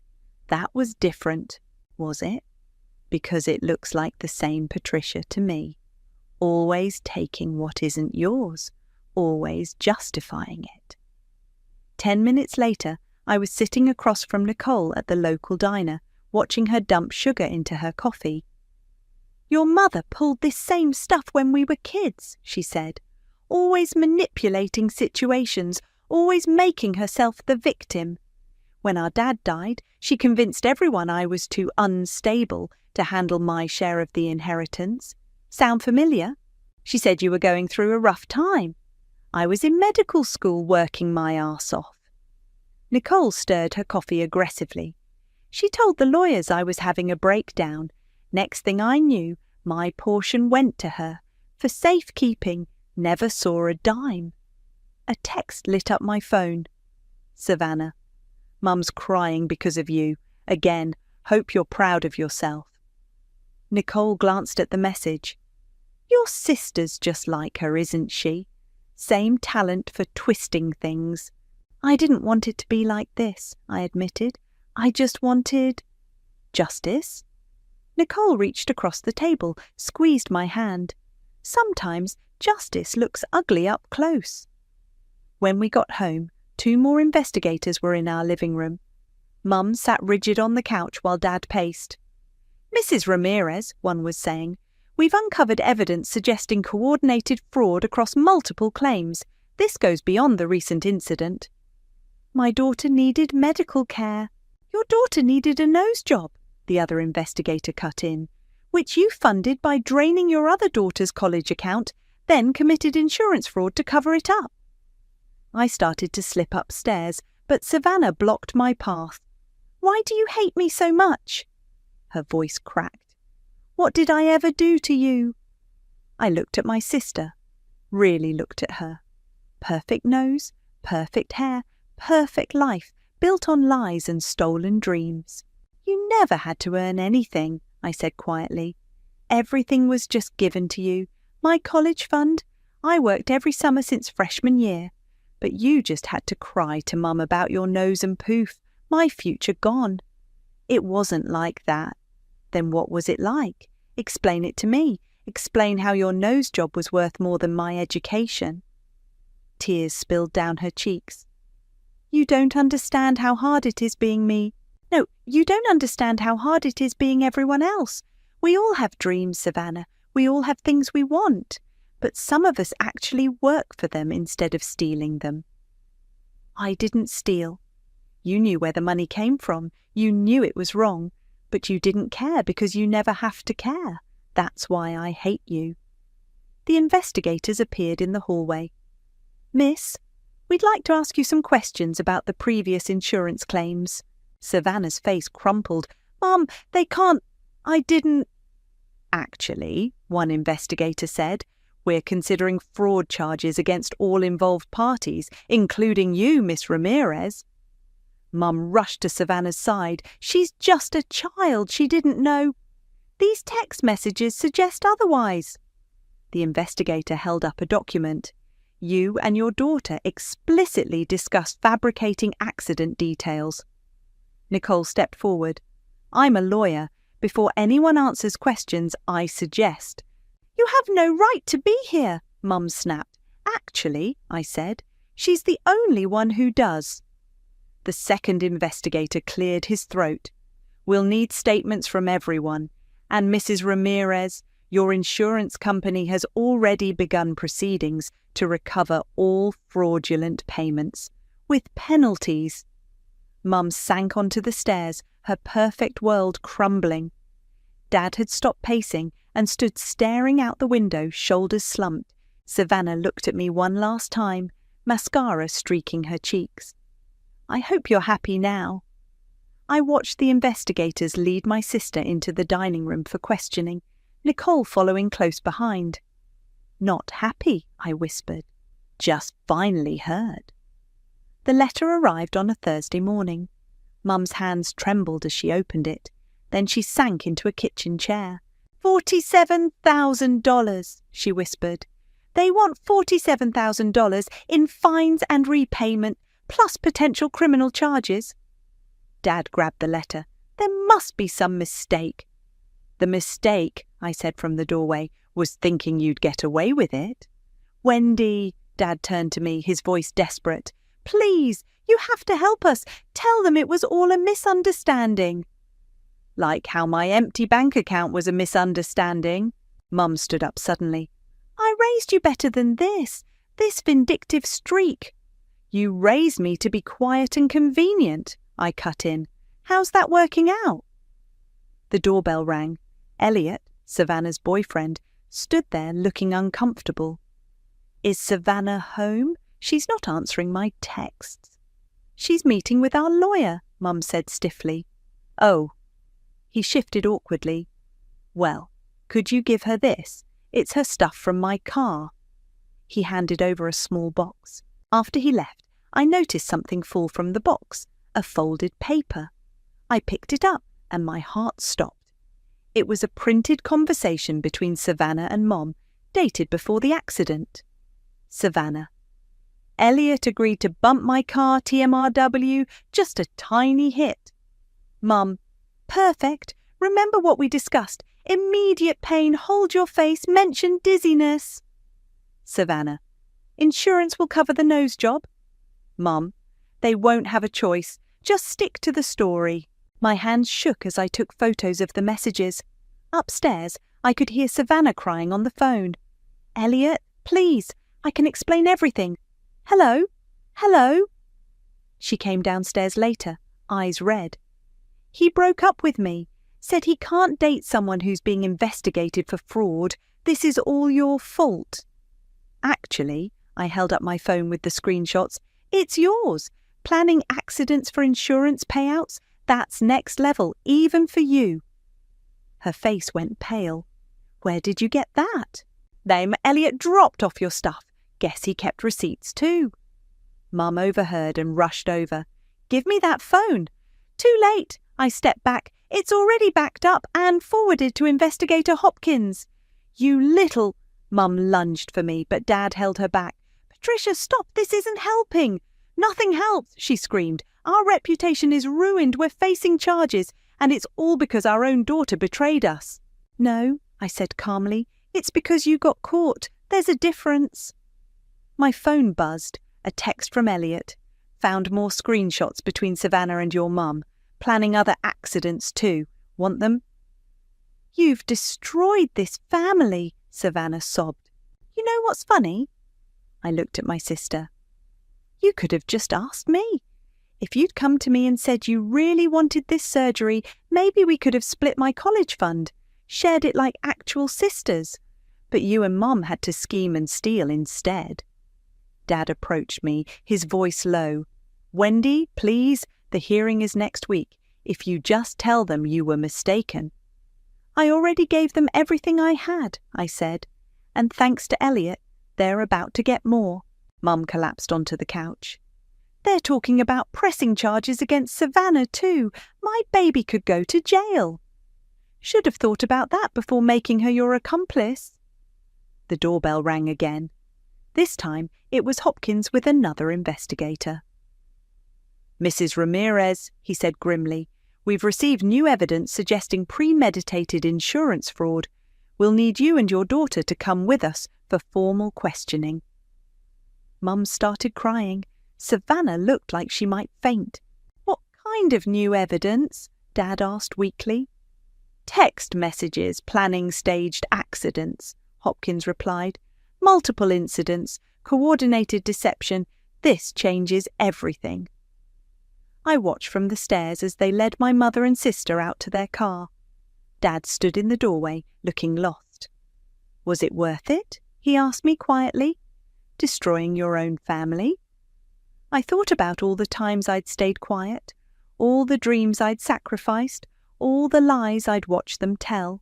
You know what's funny, Dad? You keep saying I destroyed the family. But a real family doesn't steal from each other. A real family doesn't plan accidents and commit fraud. You and Mum did this. I just exposed it. My phone buzzed again. Elliot had sent the screenshots. Pages of evidence showing Mum and Savannah planning multiple fake accidents, coordinating stories, discussing insurance payouts. I forwarded everything to Hopkins with one message. Here's the truth you've been looking for. Then I blocked Savannah's number, turned off my phone, and went to pack my bags. Aunt Nicole had offered me her spare room until I figured out my next move. Sometimes burning bridges lights the way forward. The courtroom was smaller than I expected. Mum and Savannah sat at the defendant's table, both wearing conservative outfits that screamed good Christian family. Dad slumped in the gallery behind them. I sat with Aunt Nicole on the opposite side. The state presents evidence of systematic insurance fraud, the prosecutor announced, spanning multiple incidents over 2 years. On the projector screen, their text messages appeared. Remember to cry when the police come. Make sure to delete these messages after. We can use Wendy's college fund to cover what insurance won't pay. Mum stared straight ahead. Savannah wiped tears that looked practiced. The prosecutor continued.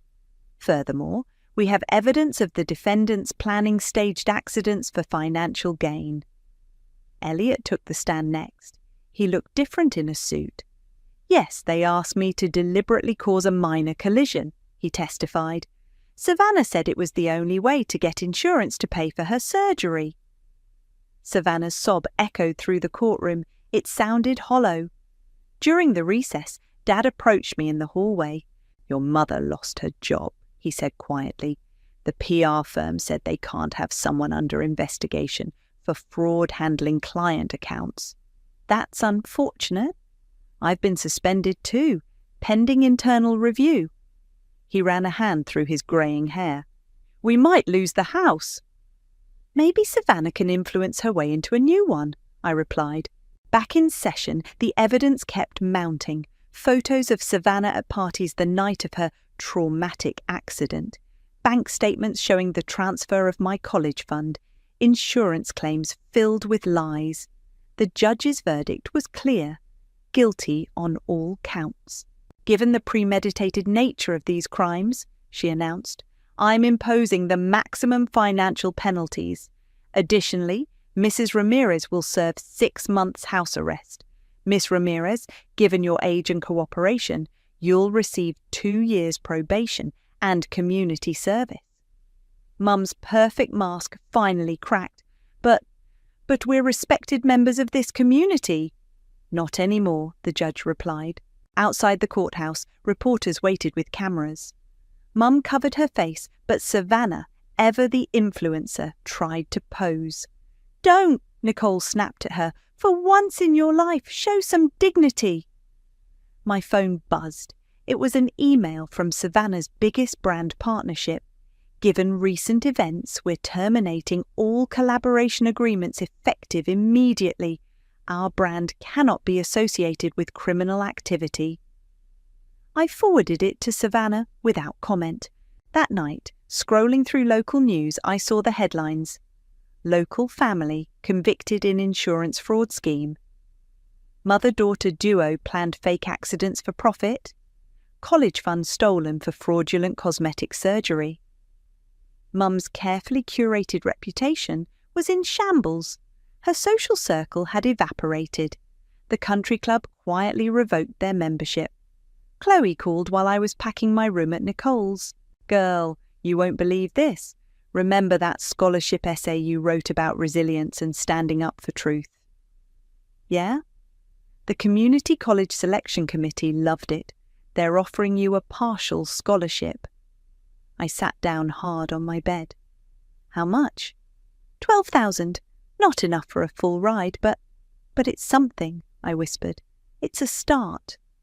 Later, a text from an unknown number. Hey, it's Elliot. Thought you should know. Savannah's been telling people you framed her. Nobody believes her, though. The evidence was too clear. I blocked his number too. That evening, Nicole found me on her balcony. Your mum called, she said, begging me to convince you to help them appeal. And I told her she lost the right to ask you for anything when she stole your future. Nicole handed me a glass of wine. You know, I've waited 20 years to see Patricia face consequences. How does it feel?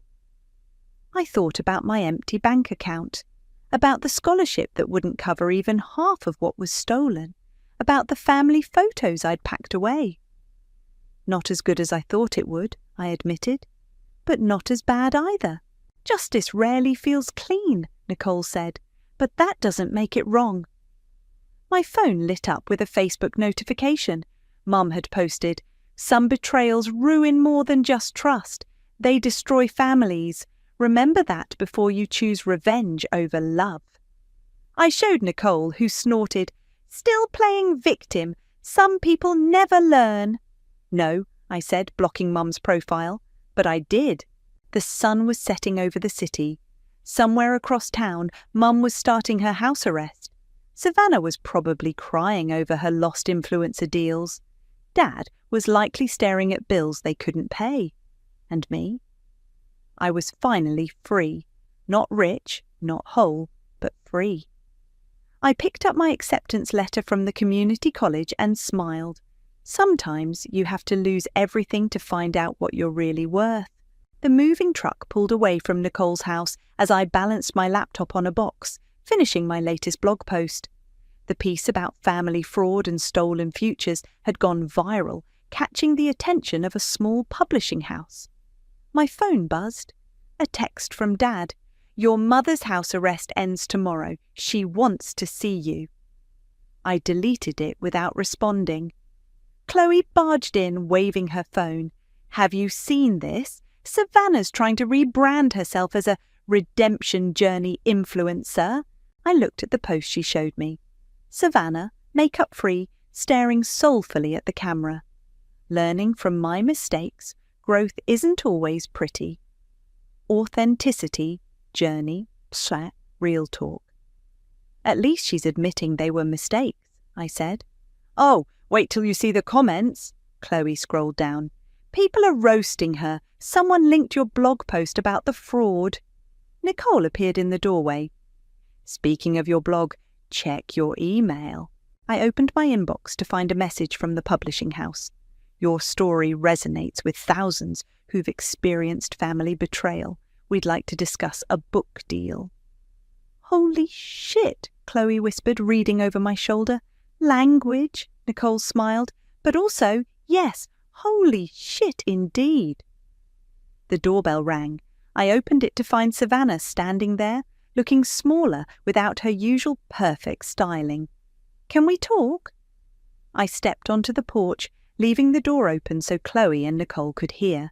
"Make it quick." "I lost everything," Savannah said. "My followers, my brand deals, my reputation."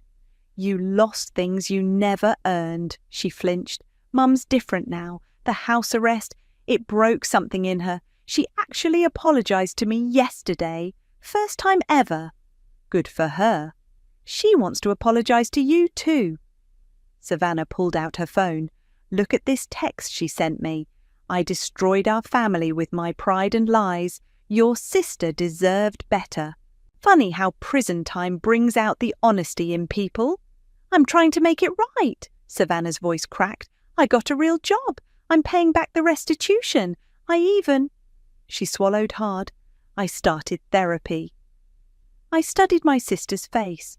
The perfect nose that cost me my dreams, but behind it, for the first time, I saw something real. Fear, regret, maybe even growth. "Good," I said finally. "Keep working on yourself, but not for me. I'm done being your audience." "The book deal's confirmed," Nicole called from inside. "They're offering an advance." Savannah's eyes widened. "You're writing a book? About us? About truth? About consequences? About what happens when the quiet ones finally speak up? Will you—" She hesitated. "Will you destroy us all over again?" "You did that yourselves. I'm just telling the story." My phone buzzed with another email. The community college offering me a work-study position in their writing centre. Between that, the scholarship, and now the book advance, I could finally see a path forward. "Wendy?" Savannah's voice was small. "I really am sorry. Not just for getting caught. For everything." I looked at my sister. Really looked at her. The designer clothes were gone, replaced by simple jeans and a t-shirt. The practiced poses forgotten. Maybe prison wasn't the only thing that could break someone into truth. "I know," I said. "But sorry doesn't fund college." "No," she reached into her bag. "But this might help." She handed me an envelope. Inside was a cashier's check, her first 3 paychecks combined. "It's not much, but I'm going to keep paying you back, every month." I stared at the check. It was barely a fraction of what they'd taken, but it was earned. Real. "Keep it," I said. "Put it toward your therapy." Chloe appeared with a box of my writing supplies. "Ready to set up your new office?" I turned back to Savannah. "Good luck with your redemption journey. I mean that. But my journey is taking me somewhere else." She nodded, understanding finally reaching her eyes. "Your blog post. You were right. Still water runs deep. Buoy and Karma," I added. "Accepts payment plans." I watched her walk away, then went inside to my new beginning. My laptop waited with a blank document open, the first page of my book. I typed the title, The Price of Silence, A Story of Truth, Theft, and Taking Back Your Voice. Nicole squeezed my shoulder. Ready? I looked around at my boxes, my future, my truth waiting to be told. They always taught me to be quiet, I said, fingers hovering over the keyboard. Time to make some noise. The doorbell rang at exactly 7:43 p.m. on a Tuesday. I wasn't expecting anyone, and DoorDash definitely wasn't bringing me dinner. I'd learned long ago to cook for myself. When I opened the door, I almost laughed at the cosmic joke standing on my porch. My parents, looking smaller and grayer than I remembered, wearing expressions I'd never seen on their faces before. Was that desperation? I'm Sarah, and the last time I'd seen Carl and Helen, Mom and Dad feels wrong after all these years. They were helping my sister Julia move into her corner office at some fancy consulting firm. I hadn't been invited, but I saw the photos on Facebook. The same Facebook where they'd proudly shared every single one of her accomplishments while my college graduation photos gathered dust in a drawer somewhere. Sarah, honey, Helen's voice cracked. Can we come in? I crossed my arms, leaning against the doorframe of my beautiful Victorian home. The home I'd bought myself, without a penny of their help. That depends. Are you lost? Carl cleared his throat. Please, sweetheart, we need to talk. Sweetheart? I couldn't help but laugh. That's new. Last time we spoke, you told me I was being dramatic about not being able to afford textbooks. But I let them in. Curiosity is a powerful thing, and I'd waited years to see them squirm. They sat awkwardly on my leather couch, looking out of place among the success they'd never expected me to achieve. Helen's eyes darted around the room, probably calculating the cost of everything she saw. Beautiful home, she managed. Thanks. Turns out working 3 jobs through college taught me a lot about managing money. The barb landed. Carl flinched. About college, he started. Oh, you mean when you drained my college fund to send Julia to Harvard Business School? I kept my voice light, casual. Water under the bridge, I mean, it's not like I had to eat ramen for 2 years straight or anything, or work night shifts at that sketchy diner, or take out loans I just finished paying off last year. We made mistakes, Helen whispered. Did you? Because I remember you being pretty confident about your choices at the time. What was it you said, Dad? Julia's education is an investment in the family's future? The silence stretched between us like a rubber band about to snap. We're here because... Carl's voice faltered. Because Julia's perfect life isn't so perfect anymore? I finished for him.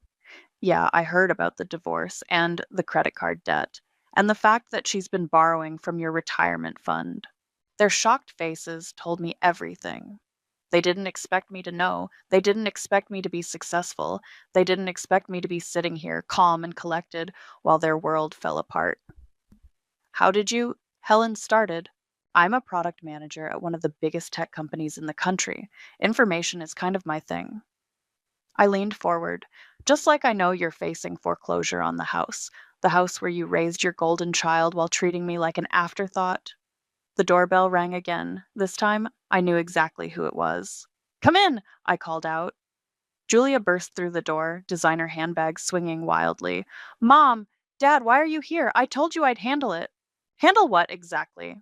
I asked, though I already knew. The mess you made? The money you burned through?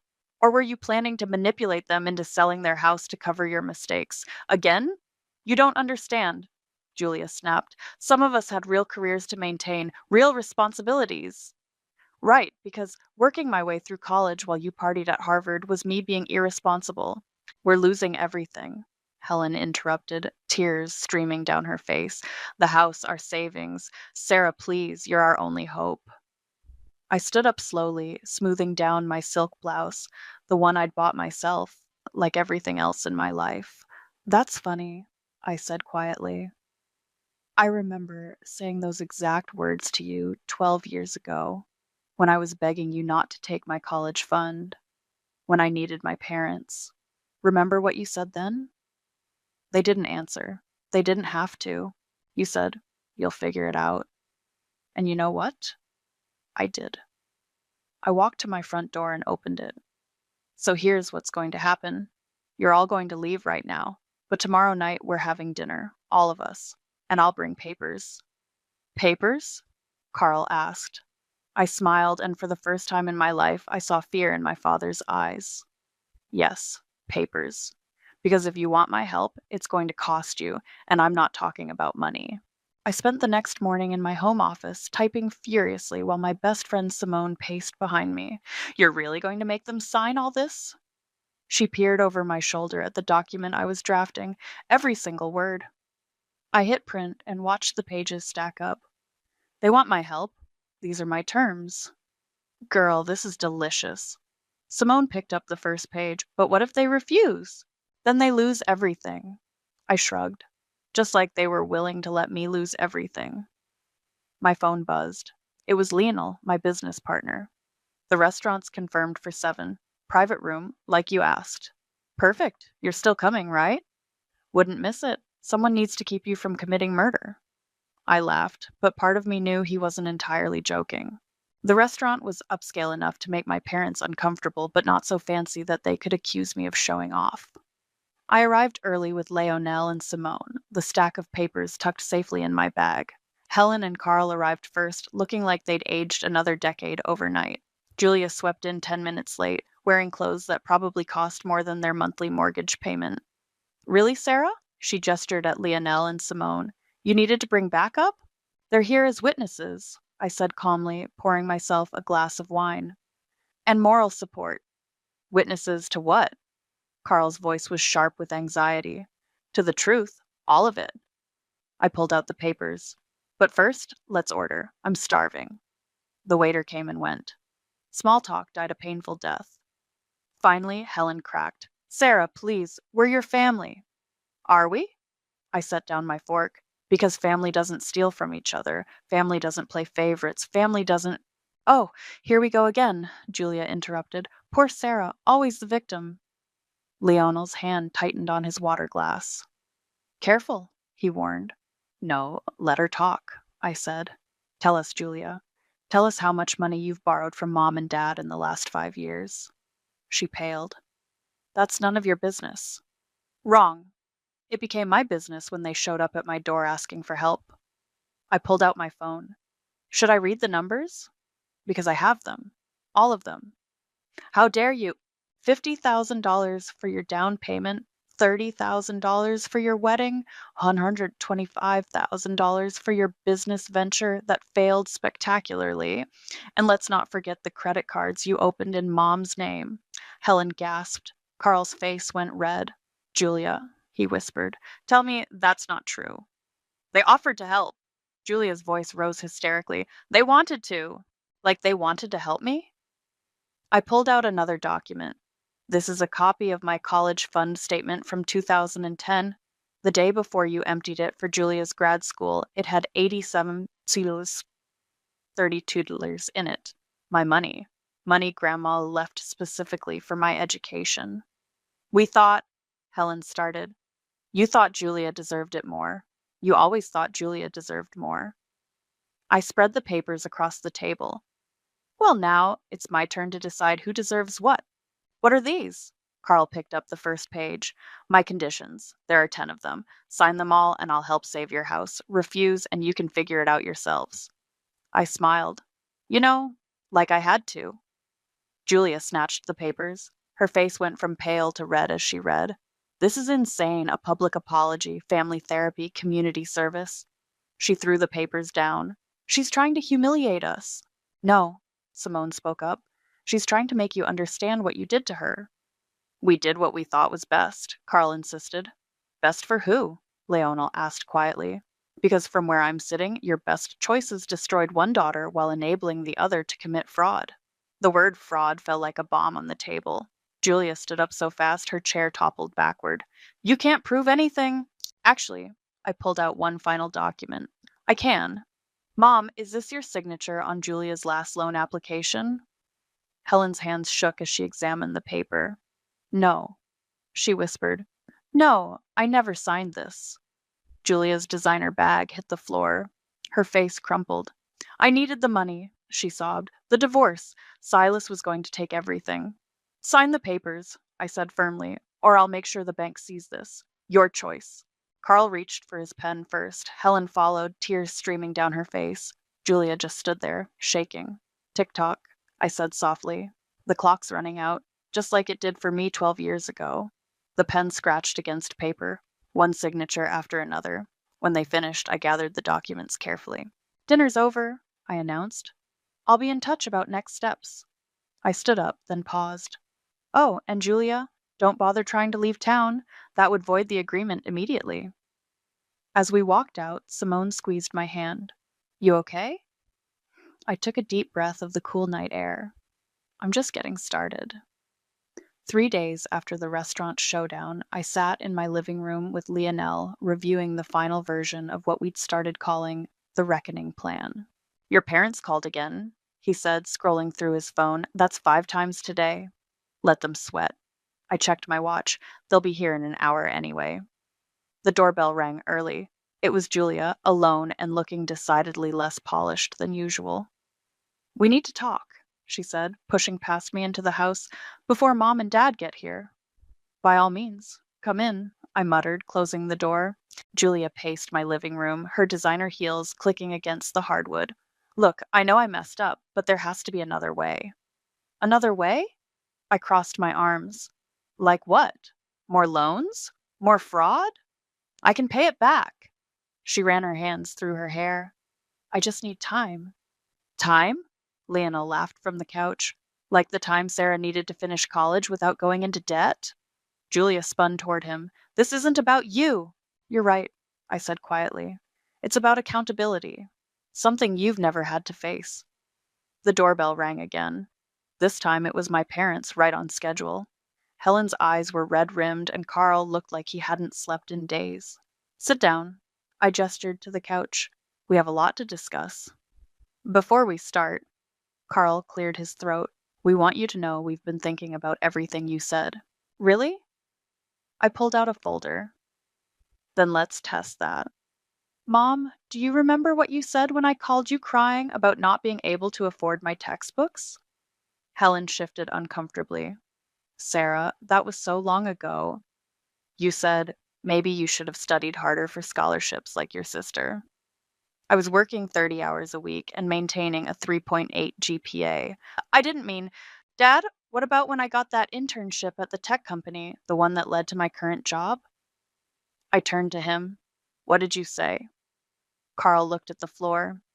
I don't recall. You said it was cute that I was playing with computers while Julia was doing real business. I opened the folder. I kept every email, every text, every dismissive comment. Want to read them? This is ridiculous, Julia snapped. We get it. You're bitter. Bitter? Lionel stood up. Your sister built herself from nothing while you were stealing from your own parents, and you have the audacity to call her bitter? I didn't steal. Show them, I cut in. Show them your bank statements from the last 5 years. Show them where the money went. Julia's face crumpled. I can't. Because you spent it all on designer clothes, luxury vacations, that sports car you totaled. Stop it, Helen cried. Please just tell us what you want. I pulled out the first document. Condition 1, you will write a detailed account of everything you did, every penny you took from my college fund, every opportunity you gave Julia while denying me, every time you chose her over me. You will email this to our entire extended family. That's humiliating, Carl protested. Yes, I agreed. It is. Condition 2, Julia will confess to the loan fraud. In writing, I'll keep it as insurance. Julia started to object, but I held up my hand. Condition 3, you will all attend family therapy. Together. For at least 6 months. And if we do all this, Helen whispered, you'll help save the house? No. I smiled. If you do all this, I'll consider letting you rent the house from me. The room went silent. What do you mean? Rent from you? Carl's voice shook. I bought it. I pulled out the paperwork. At the foreclosure auction last week, as of yesterday, I own the house you raised your perfect daughter in. Ironic, isn't it? Julia launched herself off the couch. You evil bit! Lionel stepped between us. Careful! Assault would void the agreement immediately. Why are you doing this? Helen sobbed. We're your family. Family? I laughed. Family doesn't make their child work at a dangerous diner until 3 a.m. to afford basic necessities. Family doesn't mock their child's career choices while funding another's shopping addiction. Family doesn't destroy one child's future to prop up another's facade. I stood up, gathering my documents. You have 24 hours to decide.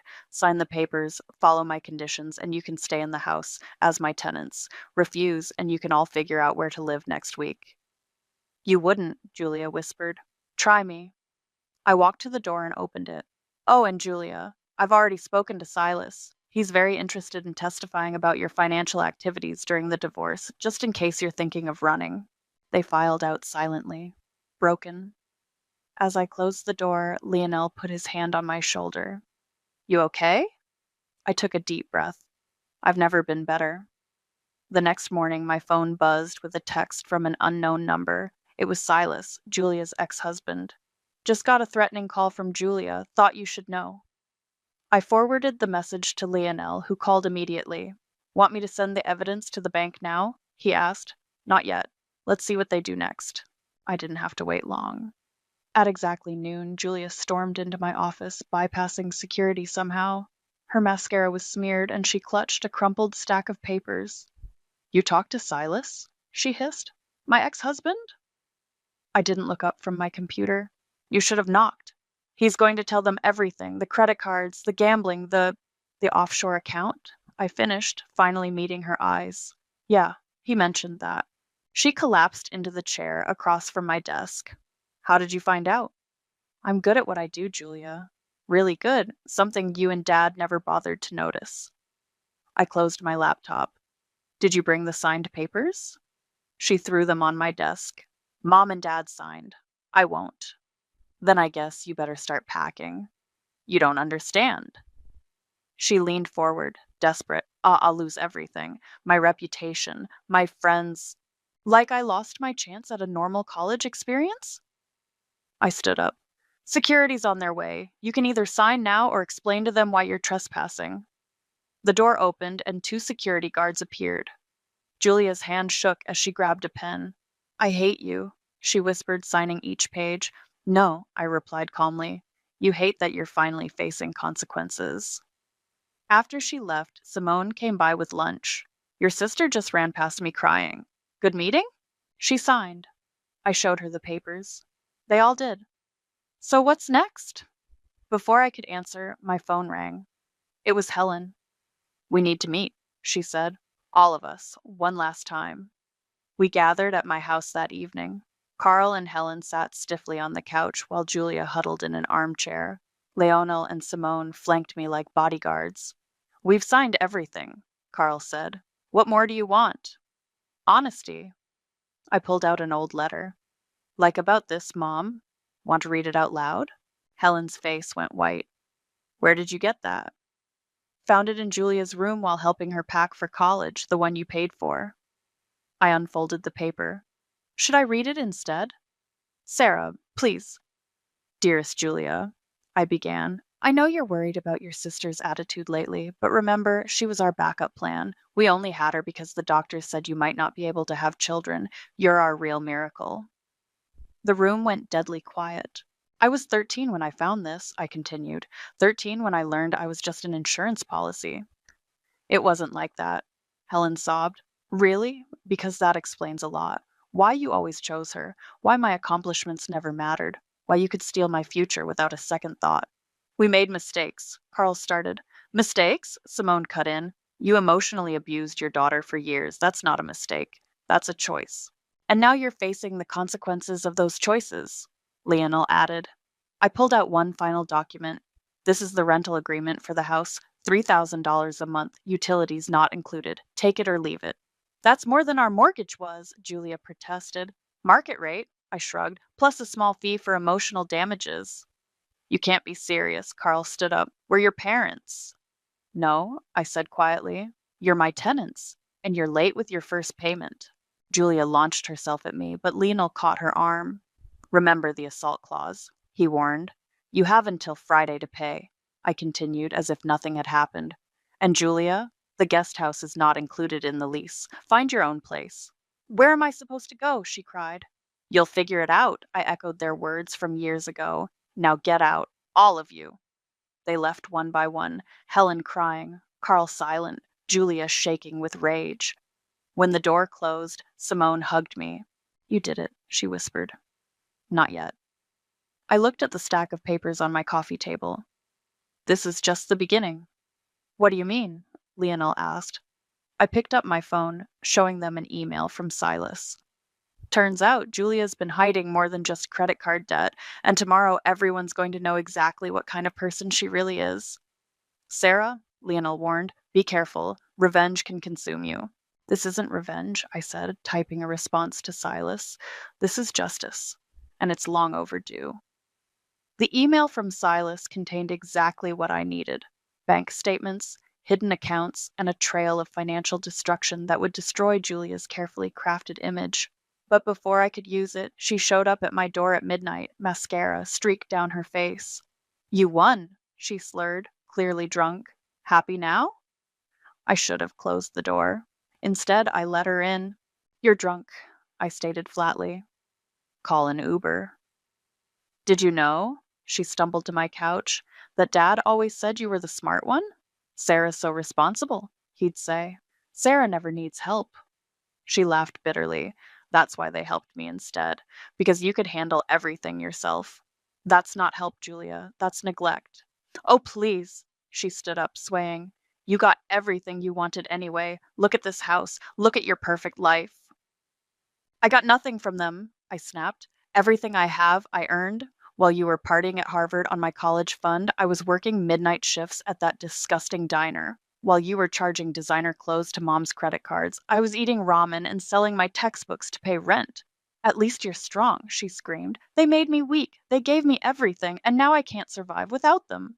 The truth of her words hung in the air between us. That's not my fault, I said quietly. No? She stepped closer. Then why are you punishing me along with them?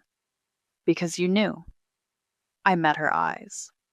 You knew that money was meant for my education. You knew every time you asked them for more, they'd give it to you. You knew what you were taking from me, and you didn't care. I was their miracle baby, she whispered, their perfect daughter. And now you're neither. I pulled out my phone. Silas sent me everything, Julia. The gambling debts, the secret credit cards, the money you stole from his company before the divorce. She lunged for my phone. I stepped back, and she stumbled, catching herself on the wall. You can't tell them, she begged. Please, they'll never forgive me. Like they never forgave me for not being you. I'll do anything, she was crying now. I'll get help. I'll pay everyone back. With what money? The trust fund you burned through? The savings you stole from Mom and Dad? She slapped me. Hard. The sound echoed through the room. I didn't flinch. Feel better? You're enjoying this, she accused, holding her hand. You love watching us suffer. No. I touched my stinging cheek. I'm just done protecting you. All of you. What do you want from me? She whispered. I want you to feel what I felt. That moment when you realize no one's coming to save you, that horrible, crushing loneliness of knowing your family chose someone else. They didn't choose me, she said softly. They trapped me. Every gift came with expectations. Every investment was another chain. Do you know what Dad said when I wanted to study art instead of business? Julia, darling, we didn't spend all this money for you to waste your potential. For a moment, I almost felt sorry for her. Almost. The difference is you had a choice. You could have said no. You could have stood up for me. Instead, you took everything they offered and asked for more. She sank back onto the couch, defeated. So what happens now? Now? I sat across from her. Now you have two options. One, I send everything Silas gave me to the police, the banks, and our entire family. You face fraud charges, possible jail time, and complete social destruction. And option two? You tell the truth. All of it. You write down every manipulation, every lie, every dollar you stole. You admit what you did to me, to Mom and Dad, to Silas. You get professional help for your spending addiction, and you do it all publicly. That would ruin me, she whispered. No, I corrected her. That would free you. She stared at me for a long moment. You really think I can change? I think you have to. Because this? I gestured around me. This is your rock bottom. The only way out is through the truth. Julia stood up, steadier now. I need time to think. You have until tomorrow at noon. After that, I send everything to everyone. At the door, she turned back. For what it's worth, I am sorry. Not just for tonight, but for everything. I know, I said. But sorry doesn't pay back 12 years of debt. After she left, I called Lionel. She came by, I told him. Drunk, angry, then apologetic. And? And tomorrow we'll see if she's really sorry or just sorry she got caught. Be careful, he warned again. Family secrets are dangerous things. So am I replied, touching my cheek where she'd slapped me. So am I. At 11:59 a.m. the next day, my inbox pinged. Julia's email arrived with seconds to spare, containing a document titled, The Truth. Before I could open it, another email came from Helen. We need to talk, all of us, one last time. I forwarded both emails to Lionel and Simone, then replied to Helen, my house, 7 p.m. This time, when they arrived, something was different. Julia came alone, wearing jeans and a plain sweater instead of her usual designer outfit. Carl and Helen looked like they'd aged another decade since yesterday. Before you say anything, Julia spoke first. I want them to hear it from me. She pulled out a stack of papers and began reading. My first theft was at 16. I stole Mom's credit card to buy a prom dress. When she found out, she paid the bill and told me not to worry about it. That was the beginning. Helen started to speak, but Julia held up her hand. Please, let me finish. She took a deep breath. By college, I was spending thousands monthly on clothes, parties, and drugs. When Sarah's college fund disappeared into my grad school tuition, I knew it was wrong, but I convinced myself I deserved it. Julia, stop, Carl pleaded. No, Dad, they need to know what their perfect daughter really did. She turned a page. I forged Mom's signature on loans. I emptied joint accounts. I stole from Silas's company. The total amount, she swallowed hard, is just over $800,000. The room went completely silent. 800, Helen whispered, swaying slightly. That's not counting Sarah's college fund, Julia continued, or the money I borrowed directly from you. Altogether, I've destroyed over $1 million of this family's money. Carl sat down heavily. Why? Because I could. Julia's voice cracked. Because you taught me that money equals love, and I needed so much love. I stayed quiet, watching them unravel. I've sent copies of my confession to the bank, Julia said, and to Silas. I'm meeting with the police tomorrow to turn myself in. No, Helen cried. We can fix this. That's the problem, Mom, I finally spoke. You've been fixing things for Julia her whole life. Look where that got us. Sarah didn't make me do this, Julia added quickly. She gave me a choice. I chose the truth. The truth? Carl laughed bitterly. The truth is, we failed, both of you, in different ways. No, I corrected him. You failed Julia by never setting boundaries. You failed me by setting nothing but boundaries. Lionel, who had been quietly observing, stepped forward. The rental agreement needs to be finalized tonight, and there's one more condition. I pulled out a new document. Family therapy, all of us, once a week. After everything, you still want... Helen trailed off. I want you to understand what you did. Really understand. Not just the money, but the damage. I handed them each a copy. Sign, and you can stay in the house. Don't sign, and you'll need to be out by Friday. Julia spoke up again. I won't be staying. I found a small apartment, and after I deal with the legal issues... She paused. I'm checking into rehab. For shopping addiction and substance abuse. For the first time in years, I felt a flicker of respect for my sister. Good, I said simply. Carl signed first, then Helen. As they stood to leave, Julia handed me one last paper. What's this? I asked. A letter I should have written years ago. Don't read it until I'm gone. After they left, Simone hugged me tight. You okay? I don't know, I admitted. It feels unfinished, Lionel suggested. Real, I corrected. For the first time in my life, everything feels real. I opened Julia's letter, reading it aloud. Dear Sarah, you were right about everything. But you were wrong about one thing. I wasn't their perfect daughter. I was their perfect puppet. You were the strong one, the real one, the one I wished I could be. I'm sorry for every dollar I took, every opportunity I stole, every time I stayed silent when they hurt you. I'm sorry I needed to lose everything to finally tell the truth. Don't forgive me. I haven't earned that. Just know that your little sister finally grew up thanks to you. Julia. Leonel took the letter gently from my hands. What now? I looked around my beautiful home, bought with my own money, filled with my own achievements. Now we see if they can handle the truth as well as they handled the lies. And Julia? Simone asked. Julia made her choice, I said, picking up the therapy schedule. Now she has to live with it, just like I had to live with theirs. The first family therapy session was exactly as awkward as I expected. Dr. Martinez sat calmly in her office while we arranged ourselves like opposing armies, me on one couch, my parents on another, with Julia's empty seat between us like a ghost. Julia couldn't be here, Helen began, because she's in court today. I finished. I know. Silas kept me updated. Did you have to encourage her to turn herself in? Carl's voice was tight with anger. Dr. Martinez leaned forward. Carl, is that what you're most upset about? Julia facing consequences? I'm upset that Sarah used this situation to destroy our family. Your family was already destroyed, I said quietly. I just made you look at the wreckage. Perhaps, Dr. Martinez suggested, we should start with how we got here. Helen pulled out a tissue. We thought we were doing our best. Really? I couldn't help myself. Your best was telling me I didn't deserve college. Your best was watching me work dangerous jobs while funding Julia's shopping addiction. We didn't know about the addiction, Carl protested. But you knew about my suffering. You just didn't care. Dr. Martinez held up her hand. Sarah, tell them directly how that made you feel. I turned to face my parents fully.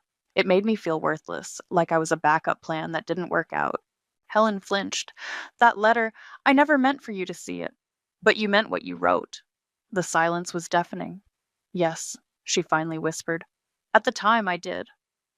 Carl started to speak, but his phone buzzed. His face went pale as he read the message. Julia got 6 months, he said, plus probation and mandatory rehabilitation. Good, I said firmly. She needs it. How can you be so cold? Helen cried. Dr. Martinez intervened. Is it cold to want accountability? Or is it healthy? I don't understand. Carl shook his head. How did we end up here? Let me help you understand. I pulled out my old diary. This is from the night I found Mom's letter. I was 13. I opened to a marked page and read, Dear Diary, today I learned I'm nobody's miracle. Mom and Dad only had me because they were afraid Julia would die. Everything makes sense now. Why they love her more. Why nothing I do is good enough. I'm just the backup that wasn't needed. Helen was sobbing now. Carl looked like he'd been punched. Sarah, Dr. Martinez said gently, what do you want from your parents now? I want them to feel what I felt. That moment of realizing you're not enough. That your own parents see you as plan B. We see you now, Carl said quietly. No, I corrected him. You see my success, my house, my power over you. You still don't see me. Then help us see, Helen pleaded. I stood up and walked to the window. You want to see me? Fine. Come to my office tomorrow. Watch me work, meet my team, learn what your backup daughter actually does. You'd let us do that? Carl asked.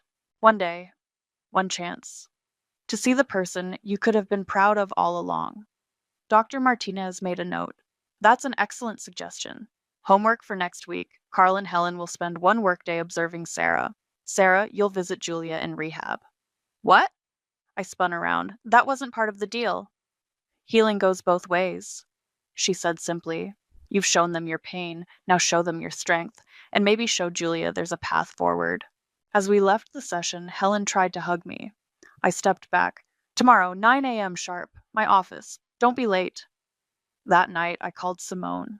They're coming to the office tomorrow, I told her. Want me to accidentally spill coffee on them? I laughed, then stopped suddenly as tears started flowing. Sarah? Simone's voice softened. What's wrong? I don't know if I can do this, I admitted. Let them in again. See, Julia, keep pushing for whatever this is. It's called healing, babe, and you're already doing it. Am I, though? Or am I just finding new ways to punish them? Why can't it be both? She asked. You're making them face what they did while giving them a chance to do better. That's not punishment, that's growth. I wiped my eyes, looking at the family photo I'd kept hidden in my desk drawer. We were all smiling, but only Julia's smile reached her eyes. Tomorrow my parents would see the real me, and soon I'd have to face the real Julia. One day at a time, I whispered, putting the photo away. One truth at a time, Simone corrected. I nodded, even though she couldn't see me. Tomorrow would be another battle, but for the first time, it felt like a battle worth fighting. The autumn breeze rustled through the rehab center's garden as I sat across from Julia. She looked different, healthier, but also smaller somehow, without her designer armor. You actually came, she said, fidgeting with her paper cup of coffee. Dr. Martinez insisted. I paused, and maybe she was right. Mom and Dad told me about visiting your office. Dad couldn't stop talking about your presentation to the board. Yeah, well, I shrugged. Turns out their backup plan did okay. Sarah. Julia set down her cup. I saw the college fund paperwork during financial disclosure. The exact amount I took from you, I've been calculating how much it would be worth now, with interest. Why? Because I'm going to pay you back. Every penny. It'll take years, but keep it, I interrupted. Use it for therapy, or rehab, or whatever you need to stay clean. She stared at me. I don't deserve your kindness. This isn't kindness. It's investment in change. Don't waste it. Back at my house that evening, I found my parents waiting on the porch. They'd been living in the guest house for 3 weeks now, following my rules, attending therapy, doing the work. How is she? Helen asked as I approached. Better? Different? I unlocked the front door. Come in. We need to talk. They followed me inside, taking their usual spots on the couch. But something had shifted in the air between us. I've been thinking, Carl began, about what Dr. Martinez said about generational trauma, how my father treated me the same way I treated you. The difference is, you had a choice, I said. Yes? He looked me in the eye. And I chose wrong. We both did. Helen pulled out an envelope. We've been working on this for weeks. It's not enough, but inside was a letter, handwritten, addressed to the entire extended family. We're sending copies to everyone, she explained, confessing everything, how we hurt you, how we enabled Julia, how we failed as parents. It's time for the whole family to know the truth, Carl added. No more pretending. I read the letter slowly. Every painful detail was there, the college fund theft, the emotional abuse, the years of favoritism. But something else too, genuine remorse. There's more, Helen said quietly. We're selling our business. What? I looked up sharply. Your antique store? But that's your life. No, Carl corrected. It was our excuse, working endless hours instead of facing our failures as parents. The money from the sale, Helen continued, will be split equally between you and Julia. Not because you need it now, but because it's what we should have done all along. I don't want your money. We know, Carl said. That's why we're also donating half to a scholarship fund for students whose parents can't or won't help them. I sat back, studying their faces. The pride was gone, replaced by something more real, more human. You know this doesn't fix everything, I said finally. Nothing can fix the past, Helen agreed, but maybe we can build something new, something honest. My phone buzzed, a text from Julia. Thank you for coming today. For the first time in my life, I'm not trying to be perfect, just trying to be better. I showed them the message. Both our daughters, Carl said softly, turned out stronger than we ever imagined. No thanks to us. No, I agreed, but maybe thanks to this, all of it. The fall, the fight, the truth. I walked them to the door, but before they left for the guest house, I said something I never thought I would. Sunday dinner. Here, Julia will be out of rehab for the weekend. Really? Helen's eyes filled with tears. One dinner, No promises after that. And I'm cooking. No more of your fancy catering. We'll be here, Carl said. Just us. No pretenses. After they left, I called Lionel. They're trying, I told him. Really trying. And you? I'm trying too. Not to forgive, not yet, but to build something new from the ashes of what they burned. That's called healing, he said. No, I corrected him. That's called winning. Not by destroying them, but by forcing them to grow, to change, to face themselves. I looked at Julia's text again, then at the family letter, then at my beautiful home, built from my own strength. They said Julia was the better investment, I murmured, but I invested in myself, and that's the return they never saw coming.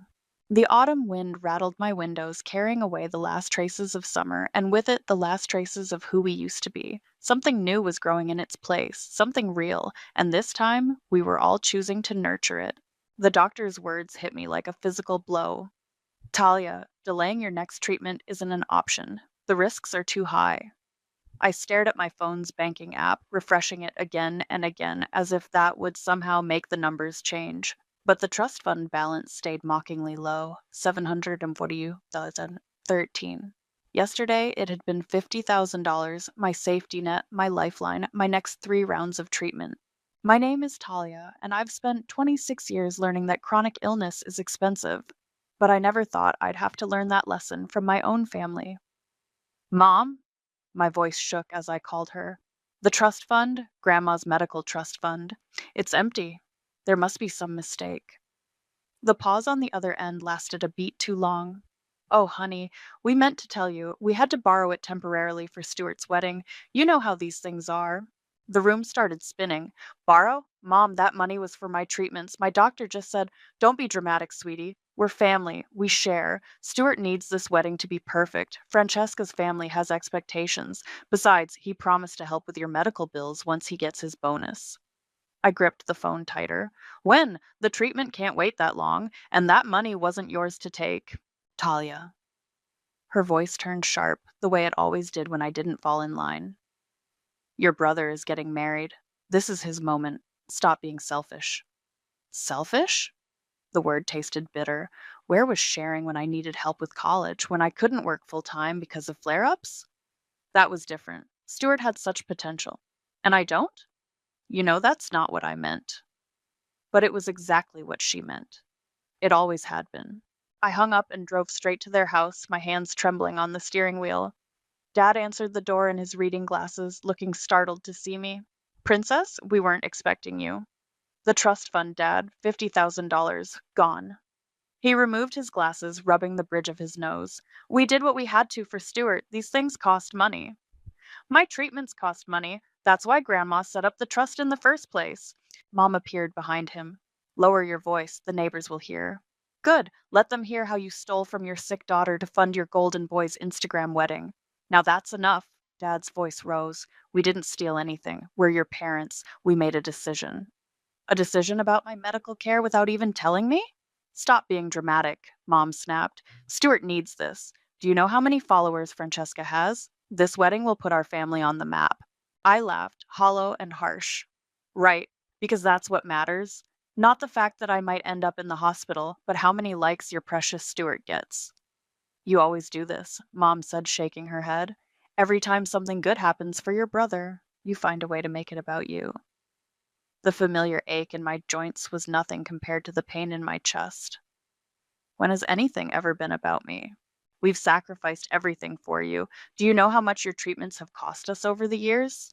That's why Grandma left the trust fund, because she knew you'd always put him first. Mom's face hardened. Your grandmother didn't understand family loyalty. No, I whispered. She understood it perfectly. I turned to leave, but Mom grabbed my arm. This conversation isn't over. You need to understand. Don't touch me. I jerked away. You know what? You're right. This conversation isn't over, but it will be soon. Back in my car, I caught sight of something poking out of my oversized purse, the corner of an old leather-bound journal. Grandma's journal. I'd grabbed it this morning while looking for bank statements, but hadn't opened it yet. Something tugged at my memory. A conversation with Grandma near the end when she'd made me promise to read everything she left behind. There are protections in place, she'd said, squeezing my hand. When you need them most, you'll find them.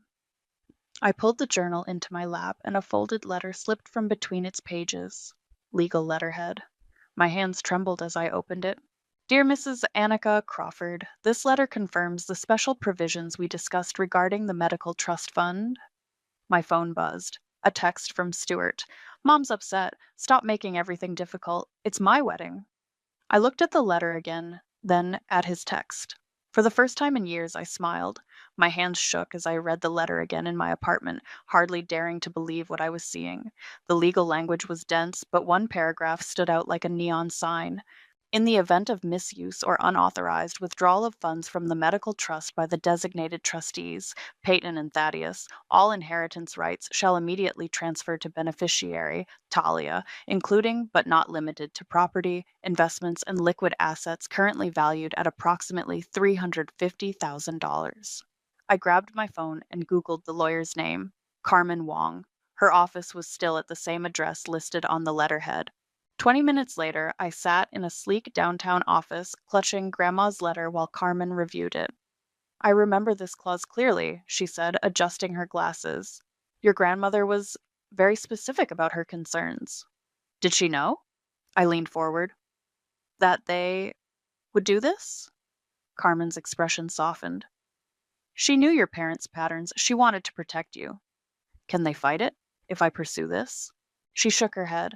The language is ironclad. We made sure of that. Your parents signed acknowledgement of these terms when they became trustees. She pulled up documents on her computer. Look, their signatures, right here. My phone buzzed. Mom again. We need to discuss your attitude about the wedding. Family dinner tonight. I ignored it. What do I need to do? Carmen started typing.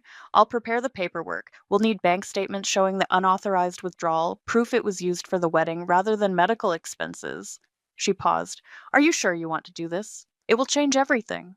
They already changed everything when they took that money. She nodded. Give me an hour to prepare the documents. But Talia? Her eyes met mine.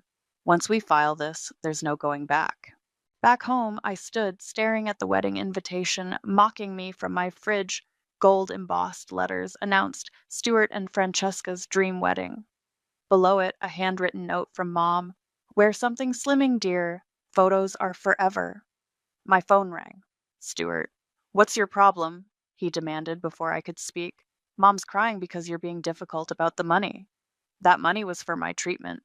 Oh, please, you're always sick. I'm getting married. This is important. And my health isn't? Don't be dramatic. I told you I'd help once I get my bonus. Family helps family. I laughed bitterly. Really? Where was that attitude when I needed help with tuition, or when I couldn't work during my flare-ups? That was different. I had potential. Say that again, Stuart. Say exactly what you mean. He sighed dramatically. Look, just come to dinner tonight. Mom wants to smooth things over. She's making your favorite. My favorite is salmon. Mom's making your favorite. Beef stroganoff. She always makes your favorite. Whatever. Just be there, and try not to ruin everything for once. I hung up and called Carmen instead. I have the papers ready, she said. But there's something else you should know. The rehearsal dinner venue? Your parents put a deposit down 3 months ago, right before they drained your trust fund. My stomach lurched. They planned this. There's more. They've already listed their house for sale. Quietly, but it's on the market. I think they knew they'd have to pay the money back eventually. So they just decided to gamble with my health in the meantime? I'm so sorry, Talia. I looked at the wedding invitation again. The rehearsal dinner was in 2 days at the Crystal Ballroom. All of Francesca's influencer friends would be there, broadcasting every moment. Carmen, how fast can we file these papers? We could have everything ready by tomorrow morning. But again, are you certain? My phone buzzed with a text from Mom. Dinner at 7. Wear something nice. Stuart's bringing Francesca. I thought about all the times I'd sat quietly, swallowing my pain while they celebrated Stuart. All the times they'd dismissed my illness as inconvenient to their perfect family narrative. I'm certain, I said. But let's wait to file until the morning of the rehearsal dinner. I want to give them one last family meal. Talia, they always said timing is everything, right? Well, I'm finally learning from their example. After hanging up, I texted Mom back, I'll be there, and don't worry, I'll be wearing something perfect for the occasion. The revenge forming in my mind wasn't pretty, but then again, neither was stealing from your sick daughter to fund your golden child's wedding. Sometimes karma needs a little push, and Grandma had given me exactly the shove I needed. I smiled at the invitation one last time before ripping it off the fridge. Time to RSVP properly. They did what? Ramona slammed her coffee mug down so hard that several cafe patrons turned to stare. Tell me you're joking. I shook my head, pulling out my old journal. Look at this entry from when Stuart graduated college. I flipped to the page. May 15th. Stuart got a BMW for graduation. Mom says they'll help with my community college once they recover from the car payments. And did they? What do you think? I worked 2 jobs between flare-ups to pay tuition. Ramona's eyes narrowed. Show me more. I turned more pages. Here's when I got diagnosed. Stuart had a football game that day. Guess where they were? No. Mom said they'd catch up on the medical stuff tomorrow. They didn't want to disappoint his coach. I remember that day, Ramona said quietly. I'm the one who drove you home from the hospital. And now this. I showed her the trust fund statements. $50,000 gone for his Instagram-worthy wedding. To that influencer girl who keeps posting about authentic living while hawking diet tea. Francesca herself, who, by the way, has no idea they took my medical fund for her perfect day. Ramona leaned back, crossing her arms. So, what's this plan you mentioned? I pulled out Carmen's paperwork and explained the inheritance clause. Ramona's eyes grew wider with each detail. Holy shit, she whispered. Your grandmother was a genius. She knew them better than anyone. I sipped my now cold coffee. The rehearsal dinner is tomorrow night. All of Francesca's influencer friends will be there, live streaming everything. You're going to do it there?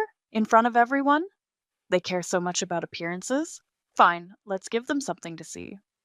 Ramona grabbed my hand. Talia, are you sure? This will nuke your entire family. What family?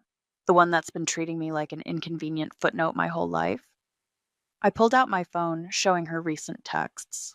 Mom, don't forget dinner tonight. Stuart has big news about the wedding. Try to be enthusiastic this time. Stuart, hey sis, can you not mention the trust fund thing at dinner? It's bringing down the wedding vibe.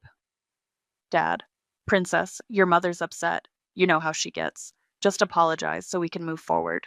See? They're not even sorry. They just want me to shut up and play my role. The quiet, sickly sister who shouldn't make waves. Damn. Ramona shook her head. Show me more of these journal entries. I flipped through pages. Stuart's college graduation party versus my quiet diploma arrival in the mail. His promotion celebration versus my first remission milestone. Every family photo where I was positioned at the edge, easy to crop out. Remember this one? I pointed to an entry from last year. When I asked for help with rent during my bad flare-up. What did they say? That they were saving for Stuart's future, had to make sure he could afford a house in the right neighborhood once he proposed to Francesca. Ramona's face darkened. The same money they're now spending on his wedding instead of your treatment? Bingo.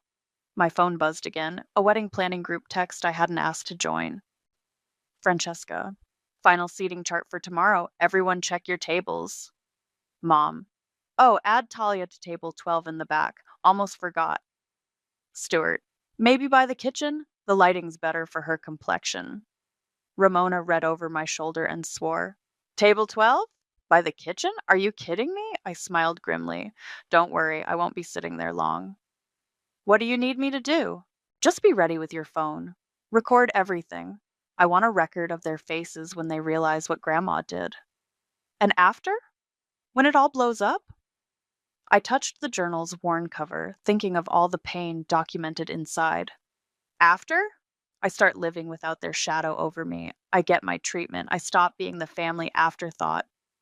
They'll never forgive you. They never saw me anyway. I stood up, gathering my things. Besides, as they love to say, family comes first. I'm just finally putting myself first in my own family. Ramona hugged me tight. I'm proud of you.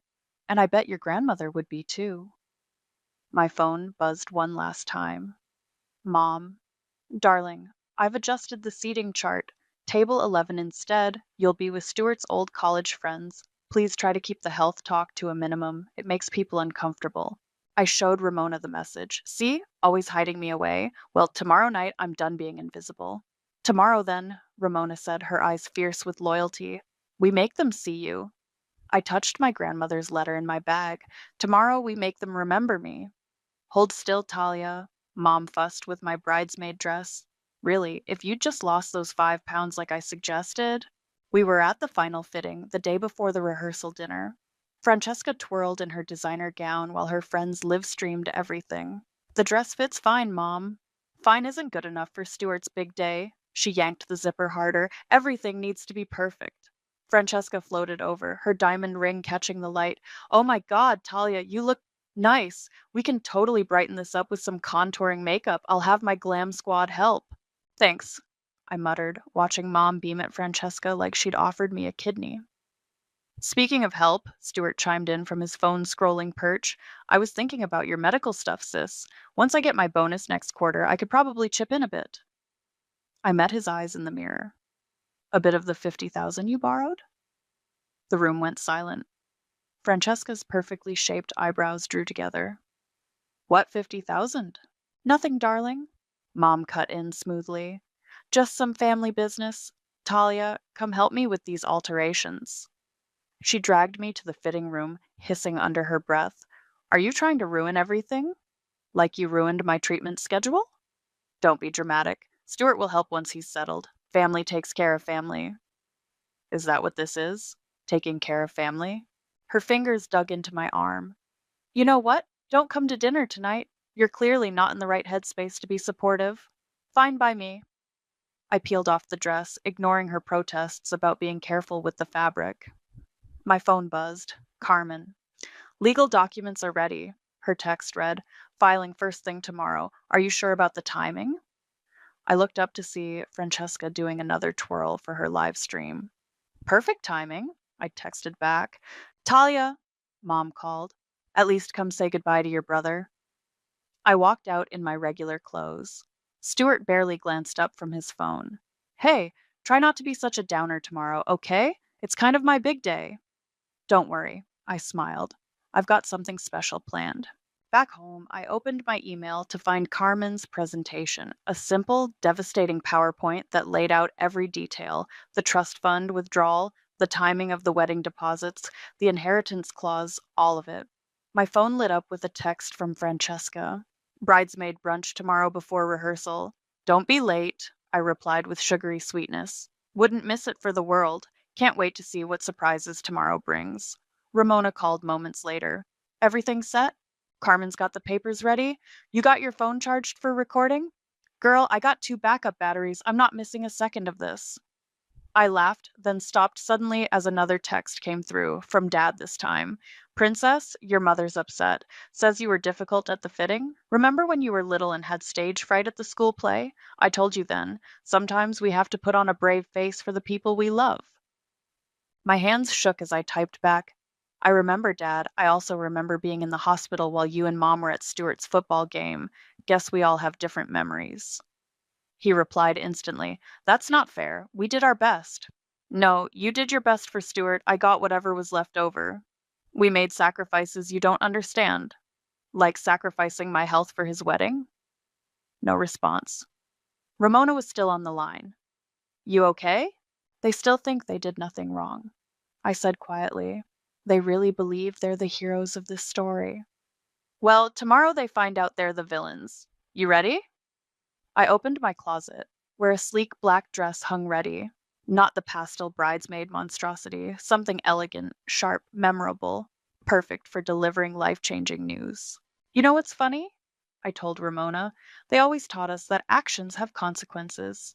They just never thought the consequences would be for them. My phone buzzed one last time, a group text from Mom. Final rehearsal dinner schedule. Everyone please arrive by 6 p.m. sharp.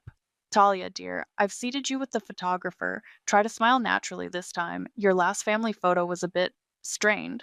I showed Ramona the message. She swore colorfully. Oh, I'll give them a photo to remember, I said, touching the folder of legal documents on my desk. Tomorrow they'll finally see me clearly. And the photographer will capture every moment. Perfect?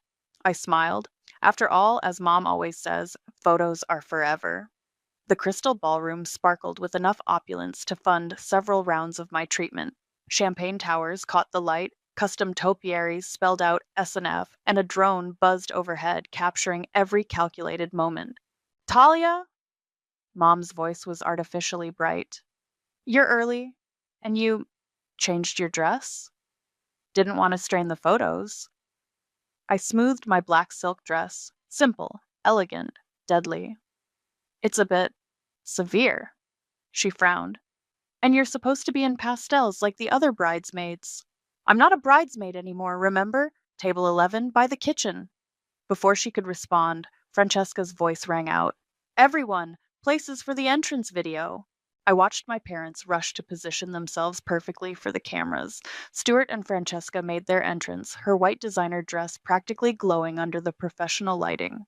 Family photo time, the photographer called. Oh, Talia, Mom waved dismissively. We'll catch you in the next round.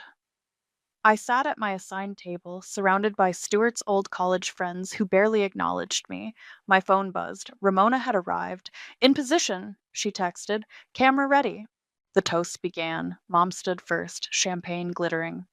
Family is everything, she declared, voice thick with emotion.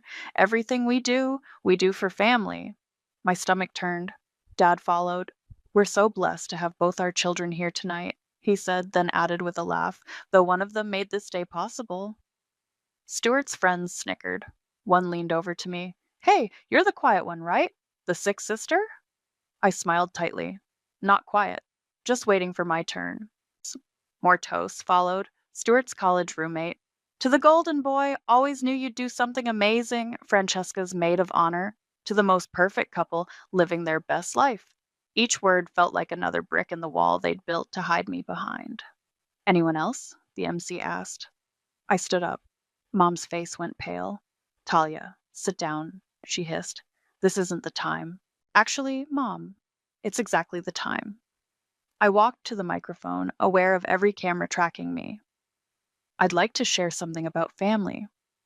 Stuart shifted uncomfortably. Francesca's live stream kept rolling. When my grandmother was dying, I began. She told me something important about family, about protection, about love. I pulled out my phone, opening Carmen's presentation. She also left me a trust fund for my medical treatments. The room went silent. Mom stood up, but Dad grabbed her arm. $50,000, I continued, set aside specifically for my health care, but 3 months ago that money disappeared. I clicked to the next slide, bank statements, transferred to pay for this wedding. Francesca's perfect smile faltered. What trust fund? The same day they paid the deposit for this venue, I clicked again, showing the dates. My parents drained my medical fund without telling me, without asking me. Talia, stop this right now. Mom's voice shook, but Grandma was smarter than anyone knew. Another click. The inheritance clause appeared on the massive screen behind me. She put in a special provision if the trust was ever misused. Don't you dare! Dad stood up. All inheritance rights would transfer to me. Everything. The house, the investments, all of it. I smiled directly into Francesca's live stream camera. The paperwork was filed this morning. The room erupted. Francesca's influencer friends started filming frantically. Stuart's face went from red to white. You're lying, Mom said, but her voice cracked. Carmen? I called out. Would you like to confirm? Carmen stood up from her table, legal documents in hand. The transfer is complete, Talia. It's all legally yours now. You stole from me, I said, looking at my parents. You gambled with my health for his perfect wedding. So now, you lose everything. This is my rehearsal dinner, Stuart shouted. You're ruining everything. No, I said calmly. I'm just finally showing everyone the truth about our perfect family. Mom lunged for the microphone, but in her rush, she tripped over an elaborate flower arrangement. Roses scattered across the floor as she fell, her designer dress hiked up, her carefully crafted image shattered. How dare you, she sputtered from the floor, after everything we've done for you. Everything you've done? I laughed. Let's talk about everything you've done. But before I could continue, Francesca's voice cut through the chaos. You used stolen money for my wedding? She turned to Stuart. Did you know about this? His stammering response was all the answer she needed. I stepped away from the microphone, nodding to Ramona, who was capturing everything. The drone overhead kept buzzing, documenting the implosion of my family's carefully constructed facade. The truth hurts, doesn't it? I said softly. Almost as much as watching your daughter suffer while you plan the perfect party. Then I walked out, leaving chaos in my wake. Behind me, I heard Francesca's voice rising. Turn off the live stream. Turn it off now. But it was too late. The truth was already out there, recorded forever, just like Mom always wanted. Talia, please, Mom's voice echoed across the parking lot. Let us explain. I kept walking, my heels clicking against the asphalt. Behind me, the crystal ballroom's doors burst open again as more people spilled out. You've destroyed this family, Stuart shouted. Are you happy now? I turned around. Destroyed it? You mean like you destroyed my health care? It was just money. He ran his hands through his perfectly styled hair. We would have paid it back. When? After I ended up in the hospital, after irreversible damage was done? Francesca appeared, mascara running. My followers are going crazy. Do you know what this will do to my brand? Your brand? I laughed. That's what you're worried about? 300,000 people watched that live stream. She thrust her phone at me. Comments were flooding in. OMG, did they really steal from their sick daughter? Rich people are trash. Karma is real, y'all. Dad pushed through the crowd. Princess, please, we can fix this. Fix what, Dad? The trust fund? My health? Or just the family's reputation? All of it. Mom grabbed my arm. We'll sell the house. We'll get you your money back. Too late. I pulled away. Carmen already filed the paperwork. The house is mine now, along with everything else. You can't do this to us. Stuart stepped forward. We're your family. Family? I pulled out my phone. Let me show you something about family. I played the video Ramona had compiled. Years of missed birthdays, hospital visits alone, celebrations centered around Stuart while I sat in the background. Photos of the BMW they bought him while I worked 2 jobs, screenshots of text messages dismissing my health concerns. Stop it, Mom whispered. Why? Isn't this the perfect family you wanted everyone to see? Francesca's photographer was still snapping pictures. The drone hummed overhead. Turn those cameras off! Stuart lunged for the photographer, but Ramona stepped between them. No way, she said. Let's document everything. Isn't that what your mom always wanted? More guests emerged, phones recording. Francesca's influencer friends were already posting live updates. The wedding's off, Francesca announced suddenly. I can't be associated with this. Franny, baby, wait. Stuart chased after her, leaving me facing my parents. What do you want? Mom's voice was hollow. What will it take to fix this? Fix this? I stepped closer. You want to know what would have fixed this? Being there when I got diagnosed instead of at Stuart's game, helping with my college instead of buying him a car, not stealing my medical fund for his wedding. We did the best we could, Dad pleaded. No, you did your best for him. I got whatever was left over. I turned to leave.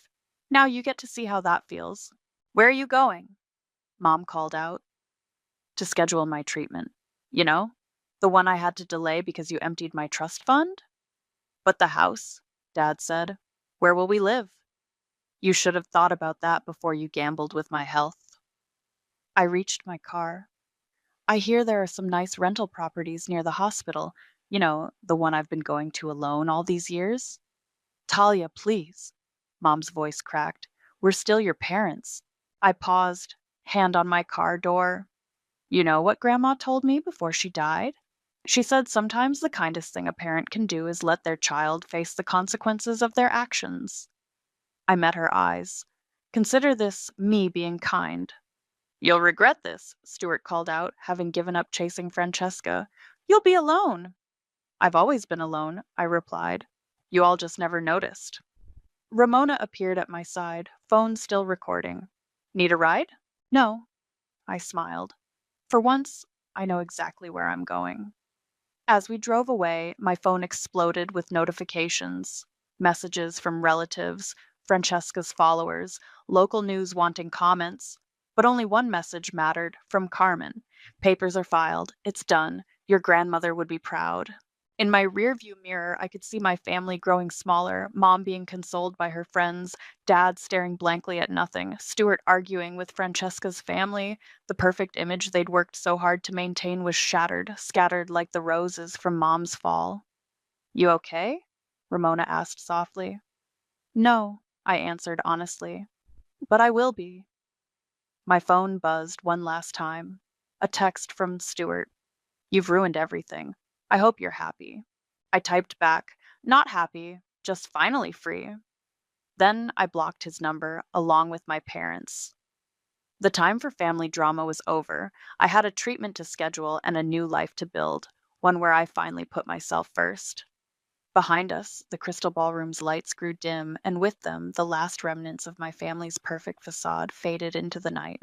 The IV dripped steadily as I sat in the treatment chair, finally getting the medication I'd been forced to delay.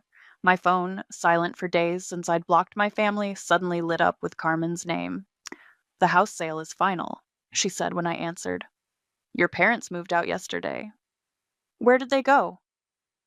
A rental apartment across town. Stuart's staying with them temporarily. Francesca officially called off the wedding. I watched the medicine flowing into my veins. Have they tried to contest the inheritance? They can't. The clause was ironclad, and they signed acknowledgement of it. Besides, she paused, the social media fallout has them laying low. She wasn't kidding. Francesca's live stream had gone viral. Toxic family karma was trending, with my story becoming a cautionary tale about family betrayal. My nurse, Maria, came to check my vitals. How are you feeling? Better than I have in weeks. I managed a smile. Amazing what proper medical care can do. Your friend is here, she nodded toward the door where Ramona stood, holding coffee. Brought you something better than hospital sludge, she said, handing me a cup. Also, you might want to see this. She showed me her phone, a local news article about my parents listing their country club membership for sale. The comments section was brutal. Karma comes for everyone eventually. Imagine stealing from your sick kid for a wedding. Rich people, problems meet real consequences. Stop. I pushed the phone away. I didn't do this for revenge. No? Ramona raised an eyebrow. I did it because I had to. Because if I didn't stand up for myself now, they'd never stop. My phone buzzed, an email from Dad bypassing the block. Princess, your mother's not eating. Stuart lost his job. The viral story scared his company. We're selling everything we can. Please, can we talk? We're still family. Dad, Ramona read over my shoulder. Are you going to respond? No. I deleted the email. They're not starving. They're just not rich anymore. Welcome to how the other half lives. Maria returned with more medication. Your numbers are looking better already. The regular treatment schedule will make a huge difference. Thank you. I hesitated. Actually, I have a question.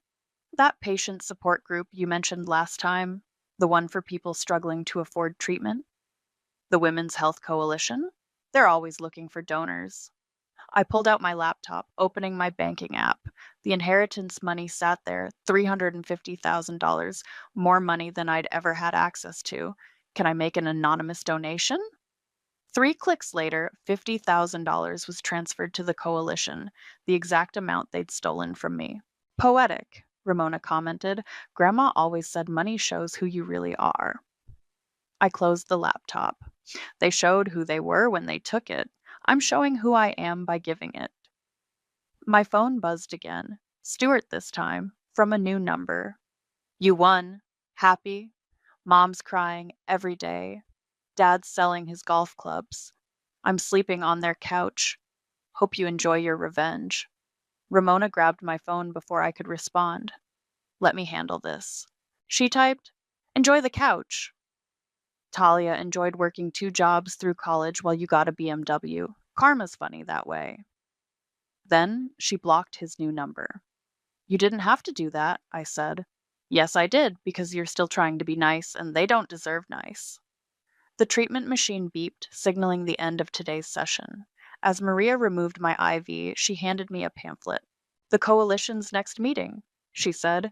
They could use a speaker who understands both sides of the healthcare struggle. I took the pamphlet, thinking of all the other people out there fighting battles like mine, people whose families might not understand, or care, or help. I'll think about it. Later that night, alone in my apartment, I opened my grandmother's journal one last time. A photo fell out, me and her in the hospital during my first diagnosis. She was holding my hand, looking at me instead of the camera. While my parents were at Stuart's game, she had been there, seeing me. My phone buzzed with a final email from Mom. We're your parents. We loved you the best we could. One day you'll understand. And forgive us. I touched the photo of Grandma, remembering her words. Love isn't just a feeling, dear. It's a choice we make every day in how we treat people. I typed back one last message. You're right. I do understand.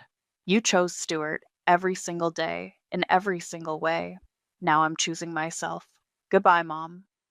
Then I deleted her email address and closed my grandmother's journal. Outside, the city lights twinkled like stars, and for the first time in years, I could breathe freely. Sometimes the heaviest chains are the ones we're born into. But Grandma had given me the key to break free. Now I just had to learn to walk without the weight. I never thought I'd be standing here, I said into the microphone, facing the packed room at the Women's Health Coalition meeting. But someone wise once told me that our stories have power. Ramona gave me a thumbs up from the back row. Next to her, Carmen nodded encouragingly. My grandmother left me two things when she died: a medical trust fund and the courage to use it. When my family stole that fund, they thought they were just taking money. But they were taking my health, my autonomy, my right to exist as more than an inconvenience. The room was silent, dozens of women leaning forward in their chairs. But she left me something else too, a way to fight back, not just for me, but for all of us. I clicked to the next slide, a photo of the new treatment center wing funded by the inheritance money. The Annika Crawford Memorial Wing shone in elegant letters above the entrance. Every room in this wing will provide subsidized treatment for patients who can't afford it. Because healthcare isn't a privilege, it's a right. After the speech, a young woman approached me, clutching her own medical papers. My parents said my treatments were too expensive, that I should just try being positive instead. I handed her my card. Call this number tomorrow. We'll get you started. My phone buzzed, a text from Maria, my nurse. First round of patients coming in tomorrow. You did good, kid. Outside, Ramona waited by her car. Ready for dinner. Carmen's meeting us there. 1 second. I checked my email one last time. A message from Stuart sat unopened. Found Mom crying over old photos. She finally admitted what they did to you was wrong.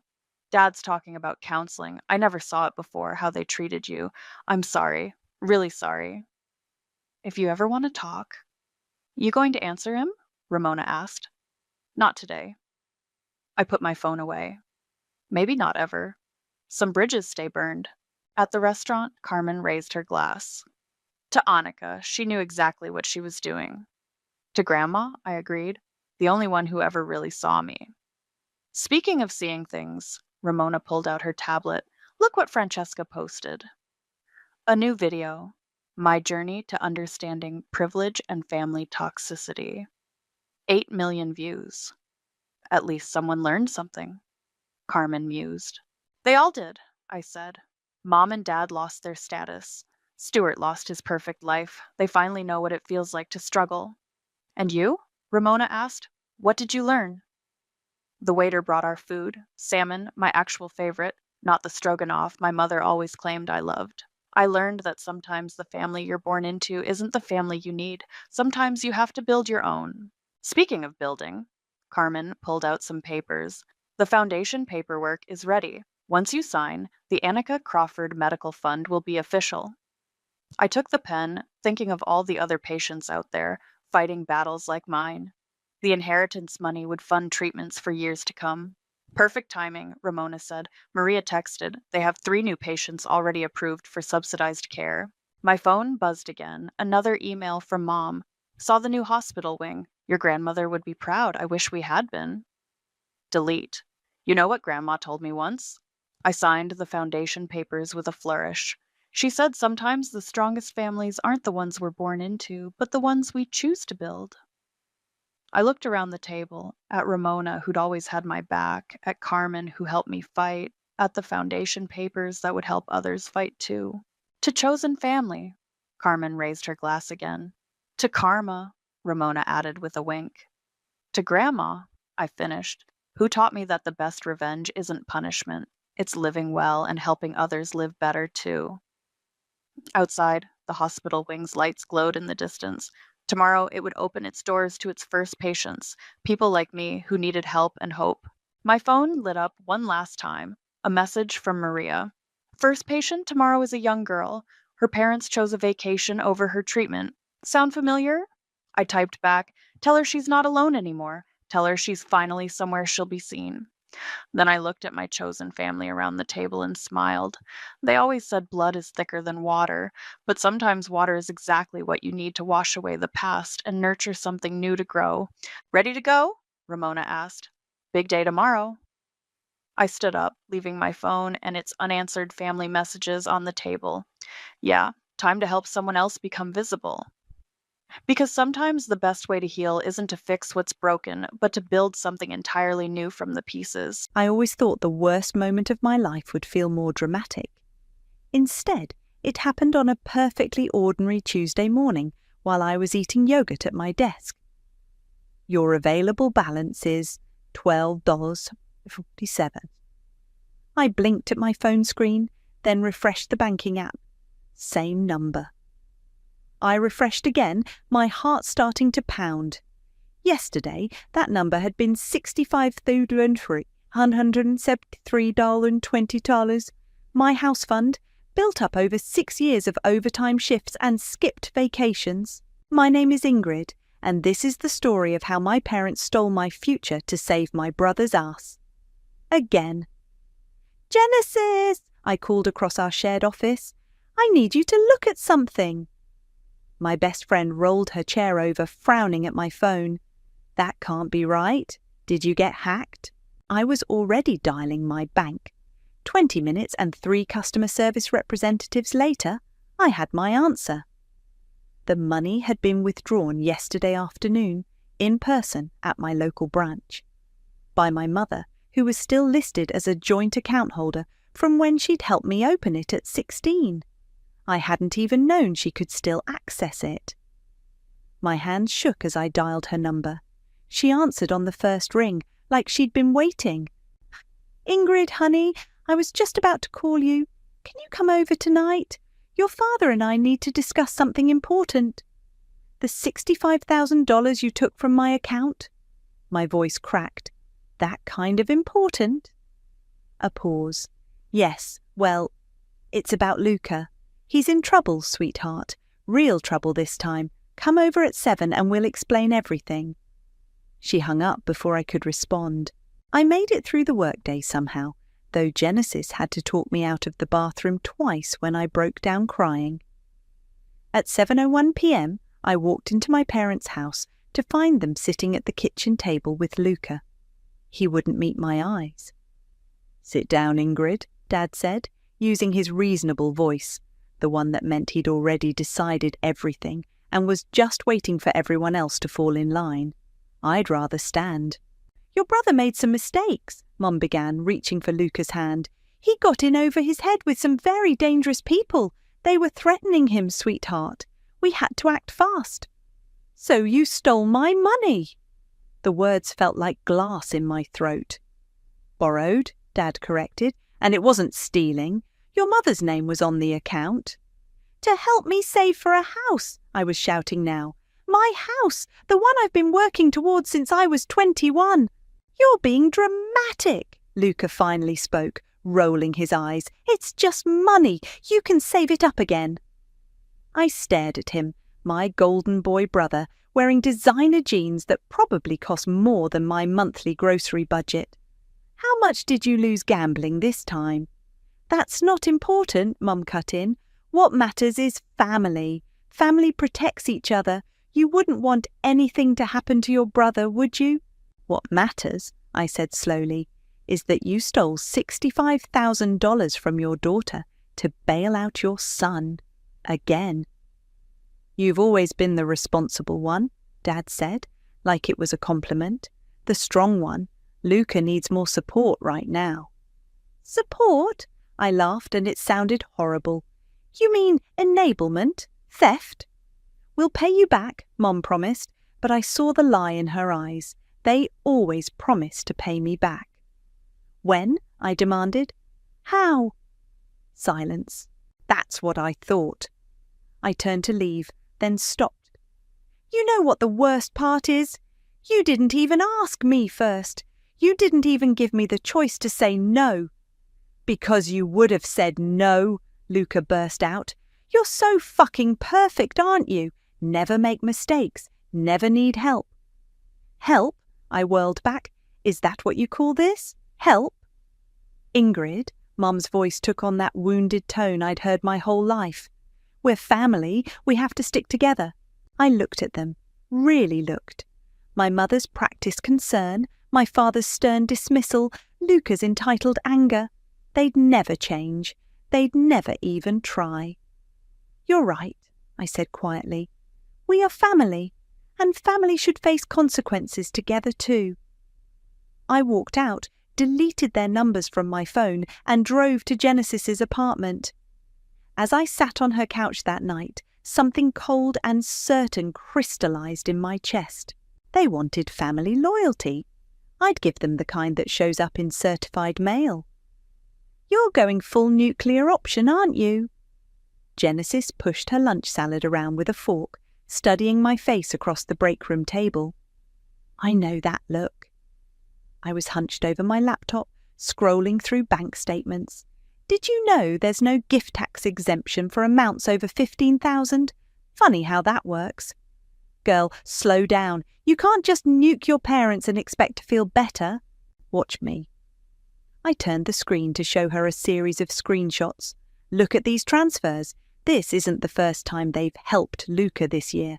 $5,000 in March, $8,000 in June, all from their accounts, but now I'm wondering where that money really came from. Genesis leaned forward. What do you mean? Remember when I couldn't go to Cancun with you guys last spring because my car suddenly needed $3,000 in repairs? Yeah? Guess what showed up in Luca's Venmo history 3 days later? A $3,000 payment to someone called Lucky 7 Valley 7. Genesis's fork clattered against her plate. No way. They've been stealing from me in bits and pieces for years. I just never connected the dots. My phone buzzed. Another voicemail from Mum. I deleted it without listening. Have you talked to Luca? Genesis asked. Maybe if you confronted him. Already tried. He's not answering my calls. I pulled up another screen. But his Instagram sure is active. Check out what he posted yesterday. Genesis leaned in to look at the photo of Luca posing next to a shiny used Mustang. The caption read, "Sometimes life gives you second chances." That son of a... Genesis caught herself. When was this posted? Yesterday afternoon, right after I found out about my missing money. I clicked through more bank statements. And look what I found buried in these transfers. $10,000 to Capital City Auto Sales. From your money? Bingo. Genesis sat back, shaking her head. So they didn't even use all of it to pay off his gambling debts? Apparently not. I closed my laptop. You know what the real kicker is? I found an email Mum sent Luca last week. She told him not to worry, that Ingrid always understands, and she'll bounce back like always. That's messed up. That's family. I pulled out a thick packet of forms I'd printed that morning. You know what else is family? Gift taxes. The IRS considers any amount over $15,000 to be taxable. And guess who's legally required to report it? Genesis's eyes widened. The givers? Your parents? Who conveniently forgot to file a Form 709 for their very generous gift to Luca. I started filling out the first page. Funny how that works. Ingrid, Genesis touched my arm, Are you sure about this? Once you start something with the IRS, they stole my future, I cut her off, my house, my independence, and they did it without a second thought because they knew I'd understand, because I always understand. I get that, but no, I looked up from the forms. You don't get it. This isn't just about the money. It's about every time they've chosen him over me, every time they've taken from me to give to him, every time they've expected me to just accept it because I'm the responsible one. My phone buzzed again. A text from Dad this time. Your mother's crying, call us. I blocked his number. You know what the worst part is? I continued filling out the form. I found more emails. Mum's been planning this for weeks. They knew exactly what they were doing when they kept my name off that account. They were just waiting for the right moment to drain it. Genesis was quiet for a moment. What are you hoping happens? Justice. I signed the bottom of the first page. Pure and simple, they broke the law, they stole from me. Now they get to face the consequences. And Luca gets to learn that Mustangs don't protect you from the IRS. I started on the next page. You know what Mum always says? Family protects family. Well, maybe it's time they learned what it feels like when family turns on them instead. Genesis watched me work in silence for a while. Finally, she said, just be careful, okay? Revenge has a way of burning everyone involved. I thought about my empty savings account, about years of sacrificed dreams, about that smug look on Luca's face in his Instagram post. Some things, I said quietly, are worth getting burned for. I found Luca at Murphy's bar, exactly where I knew he'd be. Thursday nights were half-price wings, and my brother never could resist a bargain, as long as someone else was paying. Hey, sis, he grinned when I slid onto the bar stool next to him. Finally decided to stop ignoring my texts. Finally decided to tell me about the Mustang. His grin faltered for just a second. Oh, that. Just a little something to help get back on my feet. You know how it is. Need reliable transportation for work and all that. Funny, I signalled the bartender. Vodka tonic, please. So the $10,000 from my savings that went to Capital City auto sales, that was for work. Luca's face did something complicated. Look, it's not what you think. Really? Because I think you took my money I saved for 6 years, and bought a sports car instead of paying your gambling debts. I did pay them, he lowered his voice, glancing around. Most of them anyway. But Gabriel was being unreasonable about the interest, and I needed something to show for all this. You know, investment. Investment? The vodka tonic arrived. I took a long sip. Is that what we're calling theft now? Come on, Ingrid. He tried for his charming smile, the one that always worked on Mom. You know I'm good for it, once things turn around. Like they turned around after you lost your college fund, or after you emptied Dad's emergency savings, or maybe like they turned around after you borrowed against Mum's retirement. His smile vanished. They told you about that? No, they didn't tell me anything. I had to find out by digging through old emails. I pulled out my phone, just like I had to find out about this. I showed him the email from Mom. Don't worry, sweetie. Ingrid always understands. She bounces back like always. That's... He shifted uncomfortably. That's taken out of context. Then give me the context, Luca. Explain to me how any of this is okay. He took a long pull from his beer. You don't understand what it's like. The pressure, the need to make things right. One big win, and I could fix everything. The Mustang was going to give you that big win. It's not just any Mustang, he said defensively. It was for Sarah. You remember Sarah? The girl you were dating last month. Yeah, she really liked it. Said it showed I was getting my life together. He stared into his beer. She dumped me anyway. I felt something between a laugh and a scream build in my throat. So you stole my house fund to buy a car for a girl who dumped you? Borrowed, he corrected automatically. And Mum said... Mum said what?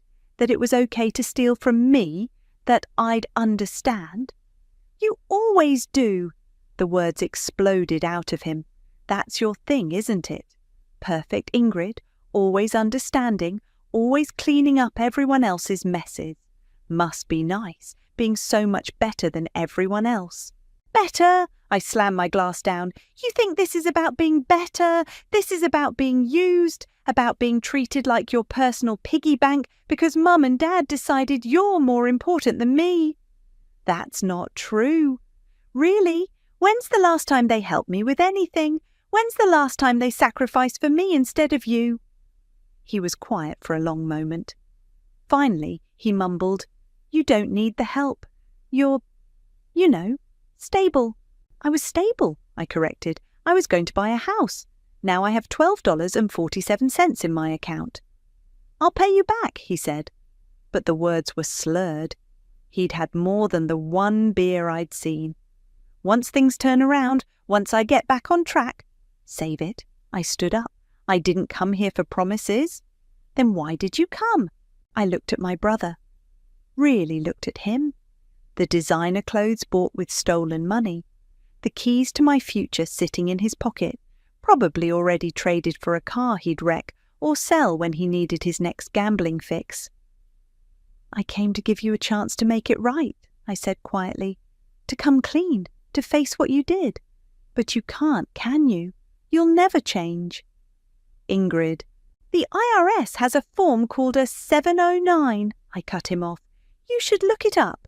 Mum and Dad are about to become very familiar with it. His face went pale. You wouldn't?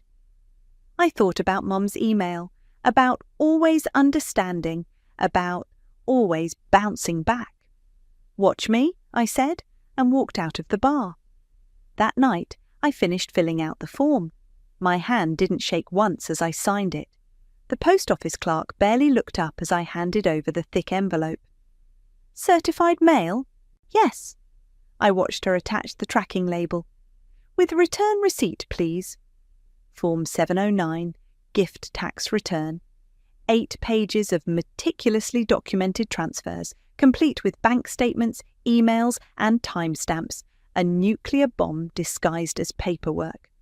My phone buzzed, another blocked call from Mom.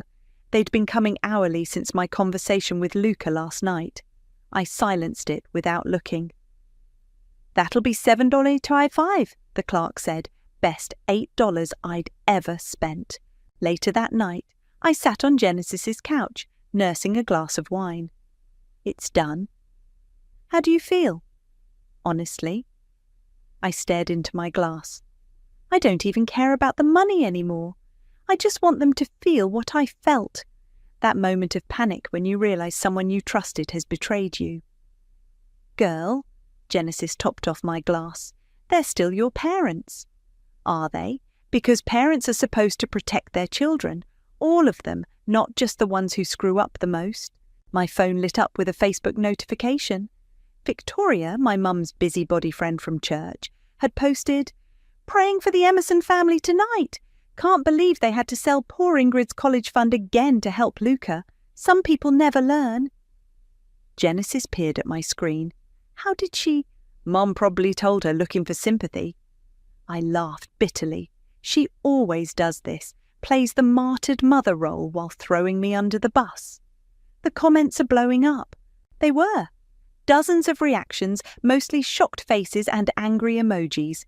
Comments ranging from, "This isn't the first time," to "Poor Ingrid," to "Someone needs to cut that boy off." My phone rang again. Dad this time, from a new number. "You should answer it," Genesis said softly. "At least hear them out." I hit decline. They had their chance to talk. Multiple chances. Now they can talk to the IRS. As if on cue, my phone buzzed with a text from Luca. "What the hell did you do? Some lady named Simone Cooper just called Dad about unreported gifts." "That was fast," Genesis remarked, reading over my shoulder. "The IRS doesn't mess around with gift tax evasion." I blocked Luca's number too. Especially not when it's this much money. What happens now? Now? I took another sip of wine. Now they get to experience consequences, maybe for the first time in their lives. My email pinged. A message from Mum, subject line, "How could you?" I opened it. "Ingrid, your father just got off the phone with the IRS. How could you do this to your family?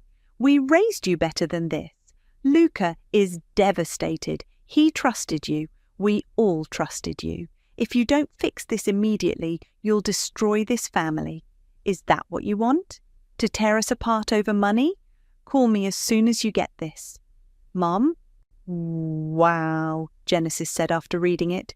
"She's still trying to make you the bad guy." "Always has." I deleted the email.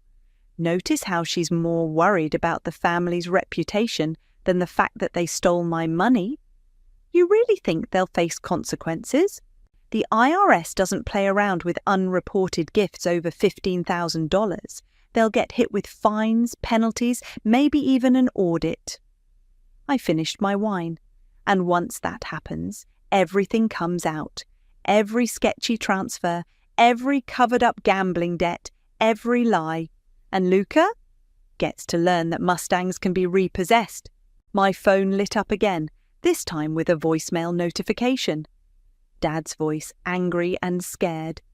"Ingrid, this IRS agent is asking questions we can't answer. If you don't call me back right now and fix this, I swear to God." I deleted it before the threat finished. "You know what the funny thing is?" I said to Genesis. "I keep waiting to feel guilty, to feel bad about what I'm doing to them, but all I feel is relief." Relief? Yeah, like I'm finally standing up for myself, like I'm finally saying no more to being their emotional ATM. Genesis was quiet for a moment. What if they try to press charges? For what? Reporting their tax evasion. Everything I submitted was true. They're the ones who broke the law, not me. My phone buzzed one final time, a text from Victoria.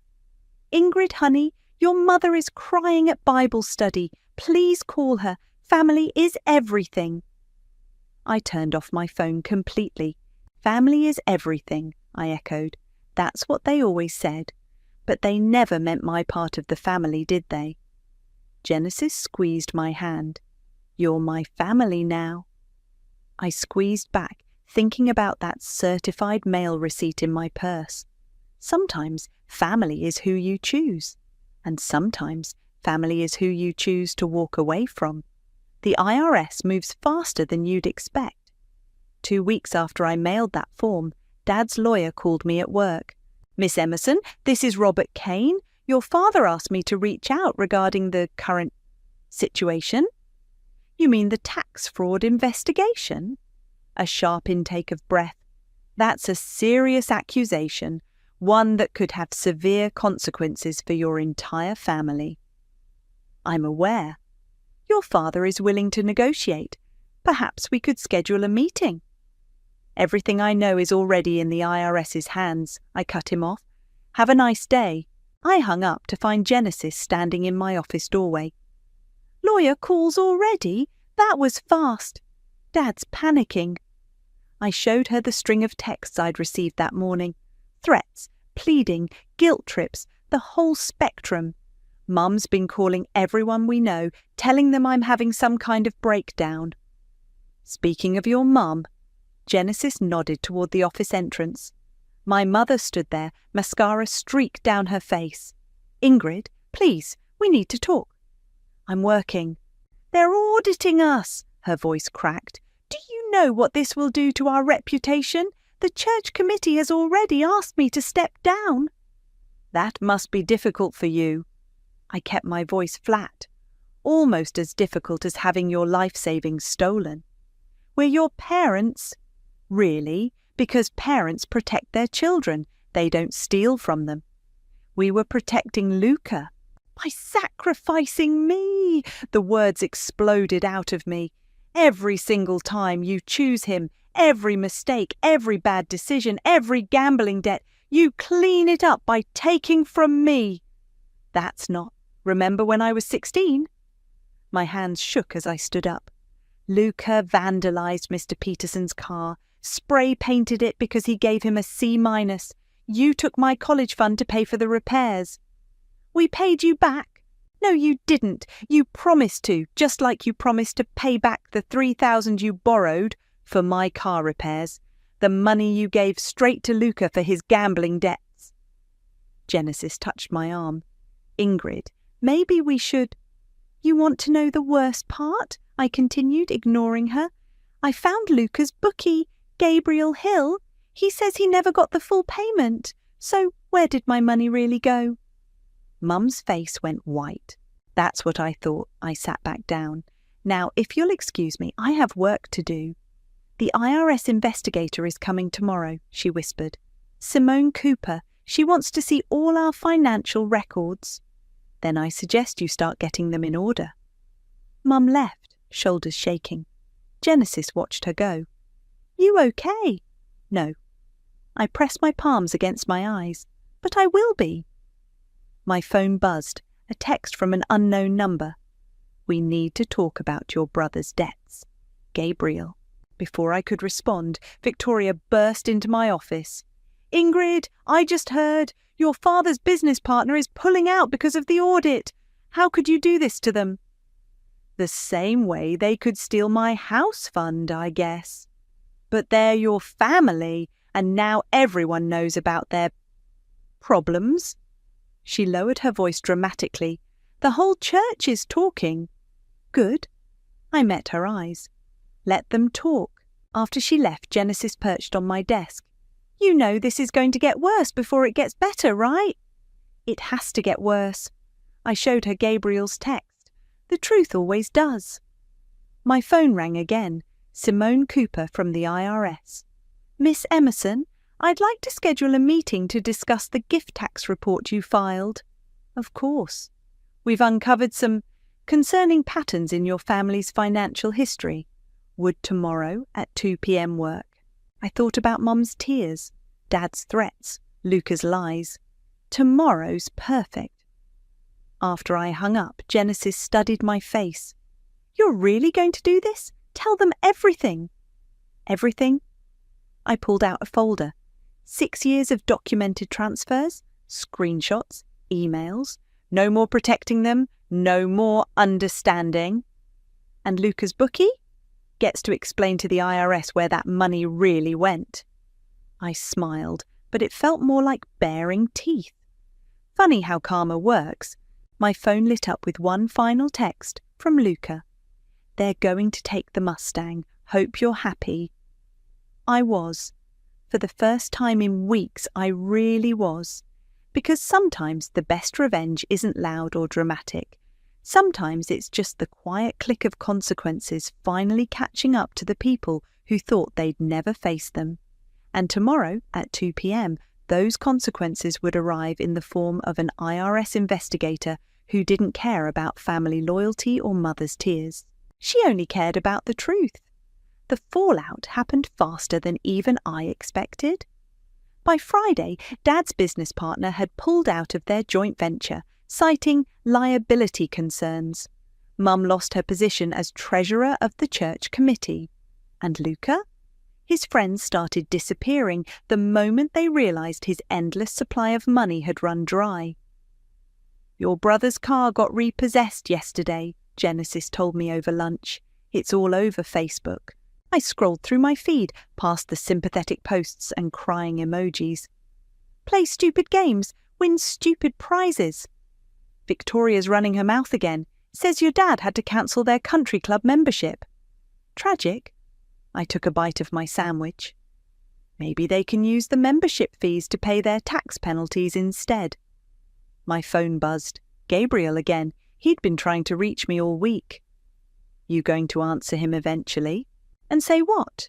Sorry, my brother's a degenerate gambler who lies about paying his debts? Genesis leaned forward. You really think Luca lied about where the money went? I know he did. Gabriel told the IRS investigators that he only received $20,000, not $65,000. I showed her the case notes Simone had shared. The rest? Who knows? probably buried under a mountain of lies, just like everything else with Luca. A shadow fell across our table. Mum stood there, holding a worn cardboard box. "Can we talk?" Her voice was rough, like she'd been crying. "Please?" Genesis squeezed my hand and left us alone. Mum sat down, pushing the box toward me. "What's this?" "Your things, from when you were little." She opened it, pulling out old photos, school awards, my childhood diary. I thought you might want them." "Now? After everything?" "The church asked me to resign from all committees." Her hands trembled. "Your father's partner, 30 years of friendship gone. Because of an audit." "Because of theft," I corrected. "Don't pretend this is about anything else." "We were trying to protect him." "By destroying me?" I picked up my old diary, remembering the girl who wrote in it, who still believed in fairness, in family. "Did you know I found my entry from my 13th birthday, when you promised me money for a bike, then gave it to Luca for a gaming console instead?" She flinched. "You wrote me a note that day," I continued. "Said sometimes we have to sacrifice for family, that I was such a good sister for understanding." I met her eyes. "I believed you back then, believed every lie you told about how things would be different next time." "We never meant to get caught." I pushed the box back toward her. "Keep it. I don't need reminders of all the times you chose him over me. The IRS is freezing our accounts," she whispered. "They're talking about penalties, fines. Your father might lose his business license." "That's what happens when you commit tax fraud." "Is that what you wanted? To destroy us?" I thought about my empty savings account, about years of broken promises and stolen dreams. "No, Mom, I wanted you to face consequences. For once in your lives, I wanted you and Dad and Luca to understand what it feels like to lose everything. We're still your family." "Are we? Because family doesn't steal from each other. Family doesn't justify theft with understanding. Family doesn't—" My phone buzzed again. "Gabriel." This time I answered. "What?" "Your brother owes me 40 grand, he said without preamble. Not 20, not 65, 40, and I've got the receipts to prove it." Mum's face went pale as she heard his voice. "So where did the rest of my money go?" I asked, watching her. "Because someone's lying about the numbers, and I'm starting to think it's not just Luca." "Ask your parents," Gabriel said. "Ask them about the transfers to their personal accounts, the ones that never made it to me." I hung up, staring at my mother. "Want to explain?" She stood up so quickly the box fell, spilling photos across the floor. "I have to go." "Mom?" "I'm sorry," she whispered, and fled. I looked down at the scattered photos. Me at graduation holding my diploma. Luca at his first casino, grinning with a stack of chips. Mum and Dad at their anniversary dinner, paid for with money that was supposed to be for my car repairs. A lifetime of lies, captured in Kodak moments. My phone buzzed one last time. Simone Cooper. "Miss Emerson, we've found some discrepancies in your parents' personal accounts. Would you be available to review them tomorrow?" I typed back yes, and watched Mum's retreating figure through the window. Sometimes karma doesn't just come for the guilty. Sometimes it comes for everyone who helped hide their sins. And tomorrow, those sins would finally see the light. Simone Cooper didn't look like an avenging angel. She looked like someone's stern aunt, with reading glasses and sensible shoes. But when she opened that folder in the IRS office, I saw my parents' world end in columns of numbers. "The total unreported gifts exceed $200,000 over the past 3 years, she said, tapping her pen against the spreadsheet. "Not just your 65,000, Miss Emerson. There were multiple transfers from retirement accounts, home equity loans, and personal savings." Dad sat rigid in his chair. Mum kept dabbing at her eyes with a tissue. And as for the most recent transfer," Simone adjusted her glasses, Only 40,000 went to Mr. Hill for gambling debts. The remaining 25,000 was divided between personal purchases and transfers to your parents' accounts. That's not true, Luca protested from his chair. I needed all of it for... We have the bank records, Simone cut him off, including receipts for a used Mustang, several designer purchases, and, she checked her notes, a weekend in Las Vegas. I felt oddly calm. So they didn't just steal my money, they helped him hide it. Ingrid, please, Mum whispered. The IRS takes gift tax evasion very seriously, Simone continued, especially when it involves multiple instances of unreported transfers exceeding the annual exclusion limit. What does that mean? Dad's voice was hoarse. It means penalties, significant ones. She pulled out another document. We're looking at fines of up to 40% of the unreported amounts, plus interest. And given the pattern of evasion, we'll be conducting a full audit of your finances going back 5 years. Luca went pale. 5 years? Additionally, Simone turned to my parents, your business accounts will be subject to review. Any licenses or certifications may be suspended pending investigation. Dad put his head in his hands. This is all your fault. Mum suddenly turned on me. We were helping family. How could you do this to us? Mrs. Emerson, Simone's voice could have frozen fire. Your daughter didn't commit tax fraud. You did, along with theft, as those accounts were accessed without proper authorization. But we had access. Joint account access doesn't grant legal right to transfer funds without consent. Simone closed her folder. You'll receive formal notice of the penalties within 30 days. I suggest you retain legal counsel. Outside the IRS office, Luca tried to catch my arm. Ingrid, wait! Don't touch me! I can explain. Explain what? How you used my money for a Vegas trip while Mum and Dad covered for you, or how they helped you hide it. We were going to pay you back. With what? I turned to face my family. The money you stole from my car repair fund, or maybe the money you took from Mum's retirement. Face it, you're all just thieves in different packaging. That's enough, Dad stepped forward. You've made your point. You've destroyed this family. Are you happy now? I looked at them, really looked. Mum's mascara-streaked face, Dad's trembling hands, Luca's designer clothes that probably still had price tags on them. Happy? No. Satisfied? Yes. I stepped back. You taught me well, you know. All those years of watching you cover up Luca's mistakes, justify his theft, enable his addiction. I learned exactly how to destroy someone's life while claiming it's for their own good. Please, Mum reached for me. We can fix this, as a family. We're not family anymore. I pulled away. We're just people who share DNA and a case number with the IRS. My phone buzzed, Genesis asking if I was okay. The letters will arrive in 30 days, I said, walking away. Don't bother trying to contact me before then, or after. Ingrid, Mum called after me. You can't just leave. But I could, and I did. That night, Genesis brought wine to my apartment. So, it's done? Almost.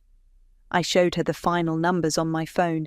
They'll owe about 80,000 in penalties and back taxes. Dad's business license is suspended pending review. And Luca, I laughed hollowly. Luca's Vegas photos just got him flagged for additional income investigation. How do you feel? I thought about Mum's tears, Dad's anger, Luca's lies. Empty, I admitted. I thought I'd feel, I don't know, triumphant. Instead, I just feel tired. Maybe that's the point, Genesis said softly. Maybe revenge isn't supposed to feel good. Maybe it's just supposed to feel final. My phone lit up with a text from Simone. Final notices prepared. Will be mailed Monday. I blocked my family's numbers one last time and looked out my window at the city lights. Somewhere out there, my parents were probably crying. Luca was probably lying, and karma was finally catching up to all of them. So, Genesis raised her glass. Now what? I didn't answer. Some questions don't need answers. They just need time. The apartment lease felt heavy in my hands. Not my dream house, but it was mine. No joint accounts, no family access, no strings attached. Just need your signature here, the leasing agent said. As I signed, my phone buzzed. A letter had arrived at my old address. Genesis had been checking my mail. It's from your dad, she texted. Want me to open it? Please. A moment later, she sent me a photo of the letter.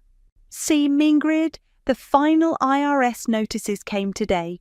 They're seizing the house. Your mother can't stop crying. Luke has been served with additional tax liens. Everything we built over 40 years, gone. I hope you're satisfied with what you've done. You've removed yourself from this family for good. I raised you better than this. Dad? I handed the lease back to the agent. When can I move in? Keys are yours now. My phone rang. Genesis. You okay? She asked. That letter was pretty harsh. I'm fine. I walked out into the sunshine. Actually, I need a favour. Help me go shopping. For what? Everything. Furniture, dishes, decorations. I'm starting fresh. An hour later, we stood in the middle of Home Goods, my cart filling with new plates, new towels, new everything. You sure about this? Genesis asked as I added another throw pillow. It's a lot of money.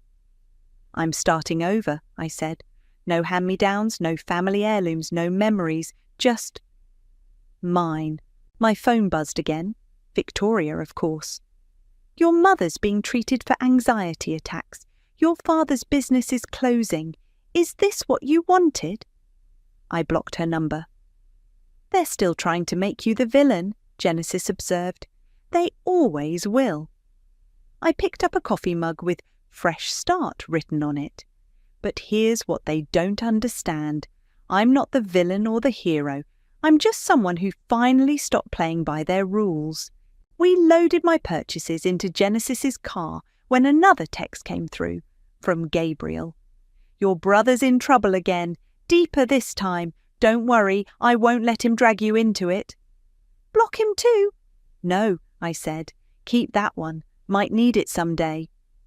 At my new apartment, we started unpacking. Everything new, everything mine.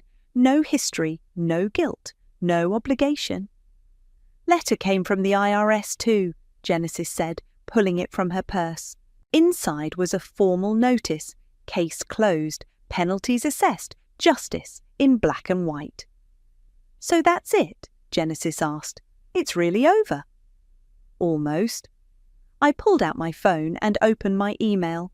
Mom, Dad, Luca, this is my last message to you. The IRS case is closed. The penalties are set. Whatever happens next is out of my hands. You taught me everything I know about family, about loyalty, about sacrifice, about consequences. So don't be surprised that I learned those lessons well. Dad, you always said actions have consequences. Now you know that includes your actions too. Mum, you always told me family protects family, but you never protected me from them. Luca, you once said I was so fucking perfect. I'm not. I'm just better at learning from mistakes, especially yours. Don't contact me again. Don't look for me. Don't try to make this right. You didn't lose me. You gave me away, piece by piece, year after year. I'm just finally handing back the receipt. Ngri? I hit send, then deleted the email account entirely. Brutal, Genesis whispered. Honest, I corrected, hanging up a new mirror. For the first time in my life, completely honest. My phone buzzed one last time. Simone Cooper. Case closed, justice served, well done. I deleted that too. Standing in my new apartment, surrounded by new things and no history, I felt something unexpected. Peace. Not happiness, not triumph, just peace. Help me hang these curtains? I asked Genesis. You sure you want the blue ones? I'm sure, I smiled. They're exactly what I would choose. And that was the point, wasn't it? Finally choosing for myself. Finally living without their shadow. Finally free. Genesis hugged me suddenly. You know what? You didn't just get revenge. You got yourself back. I hugged her back, looking around at my new life, my chosen life. Want to order pizza and break in my new couch? Obviously. As the sun set outside my new windows, I thought about Dad's letter. About removing myself from the family for good. He had it backwards, though. They removed me long ago, piece by piece, dollar by dollar, lie by lie. I just finally stopped trying to put myself back. The pizza arrived, and Genesis poured wine into my new glasses. No family drama, no manipulation, no theft disguised as love. Just peace, just freedom, just mine. And that was enough.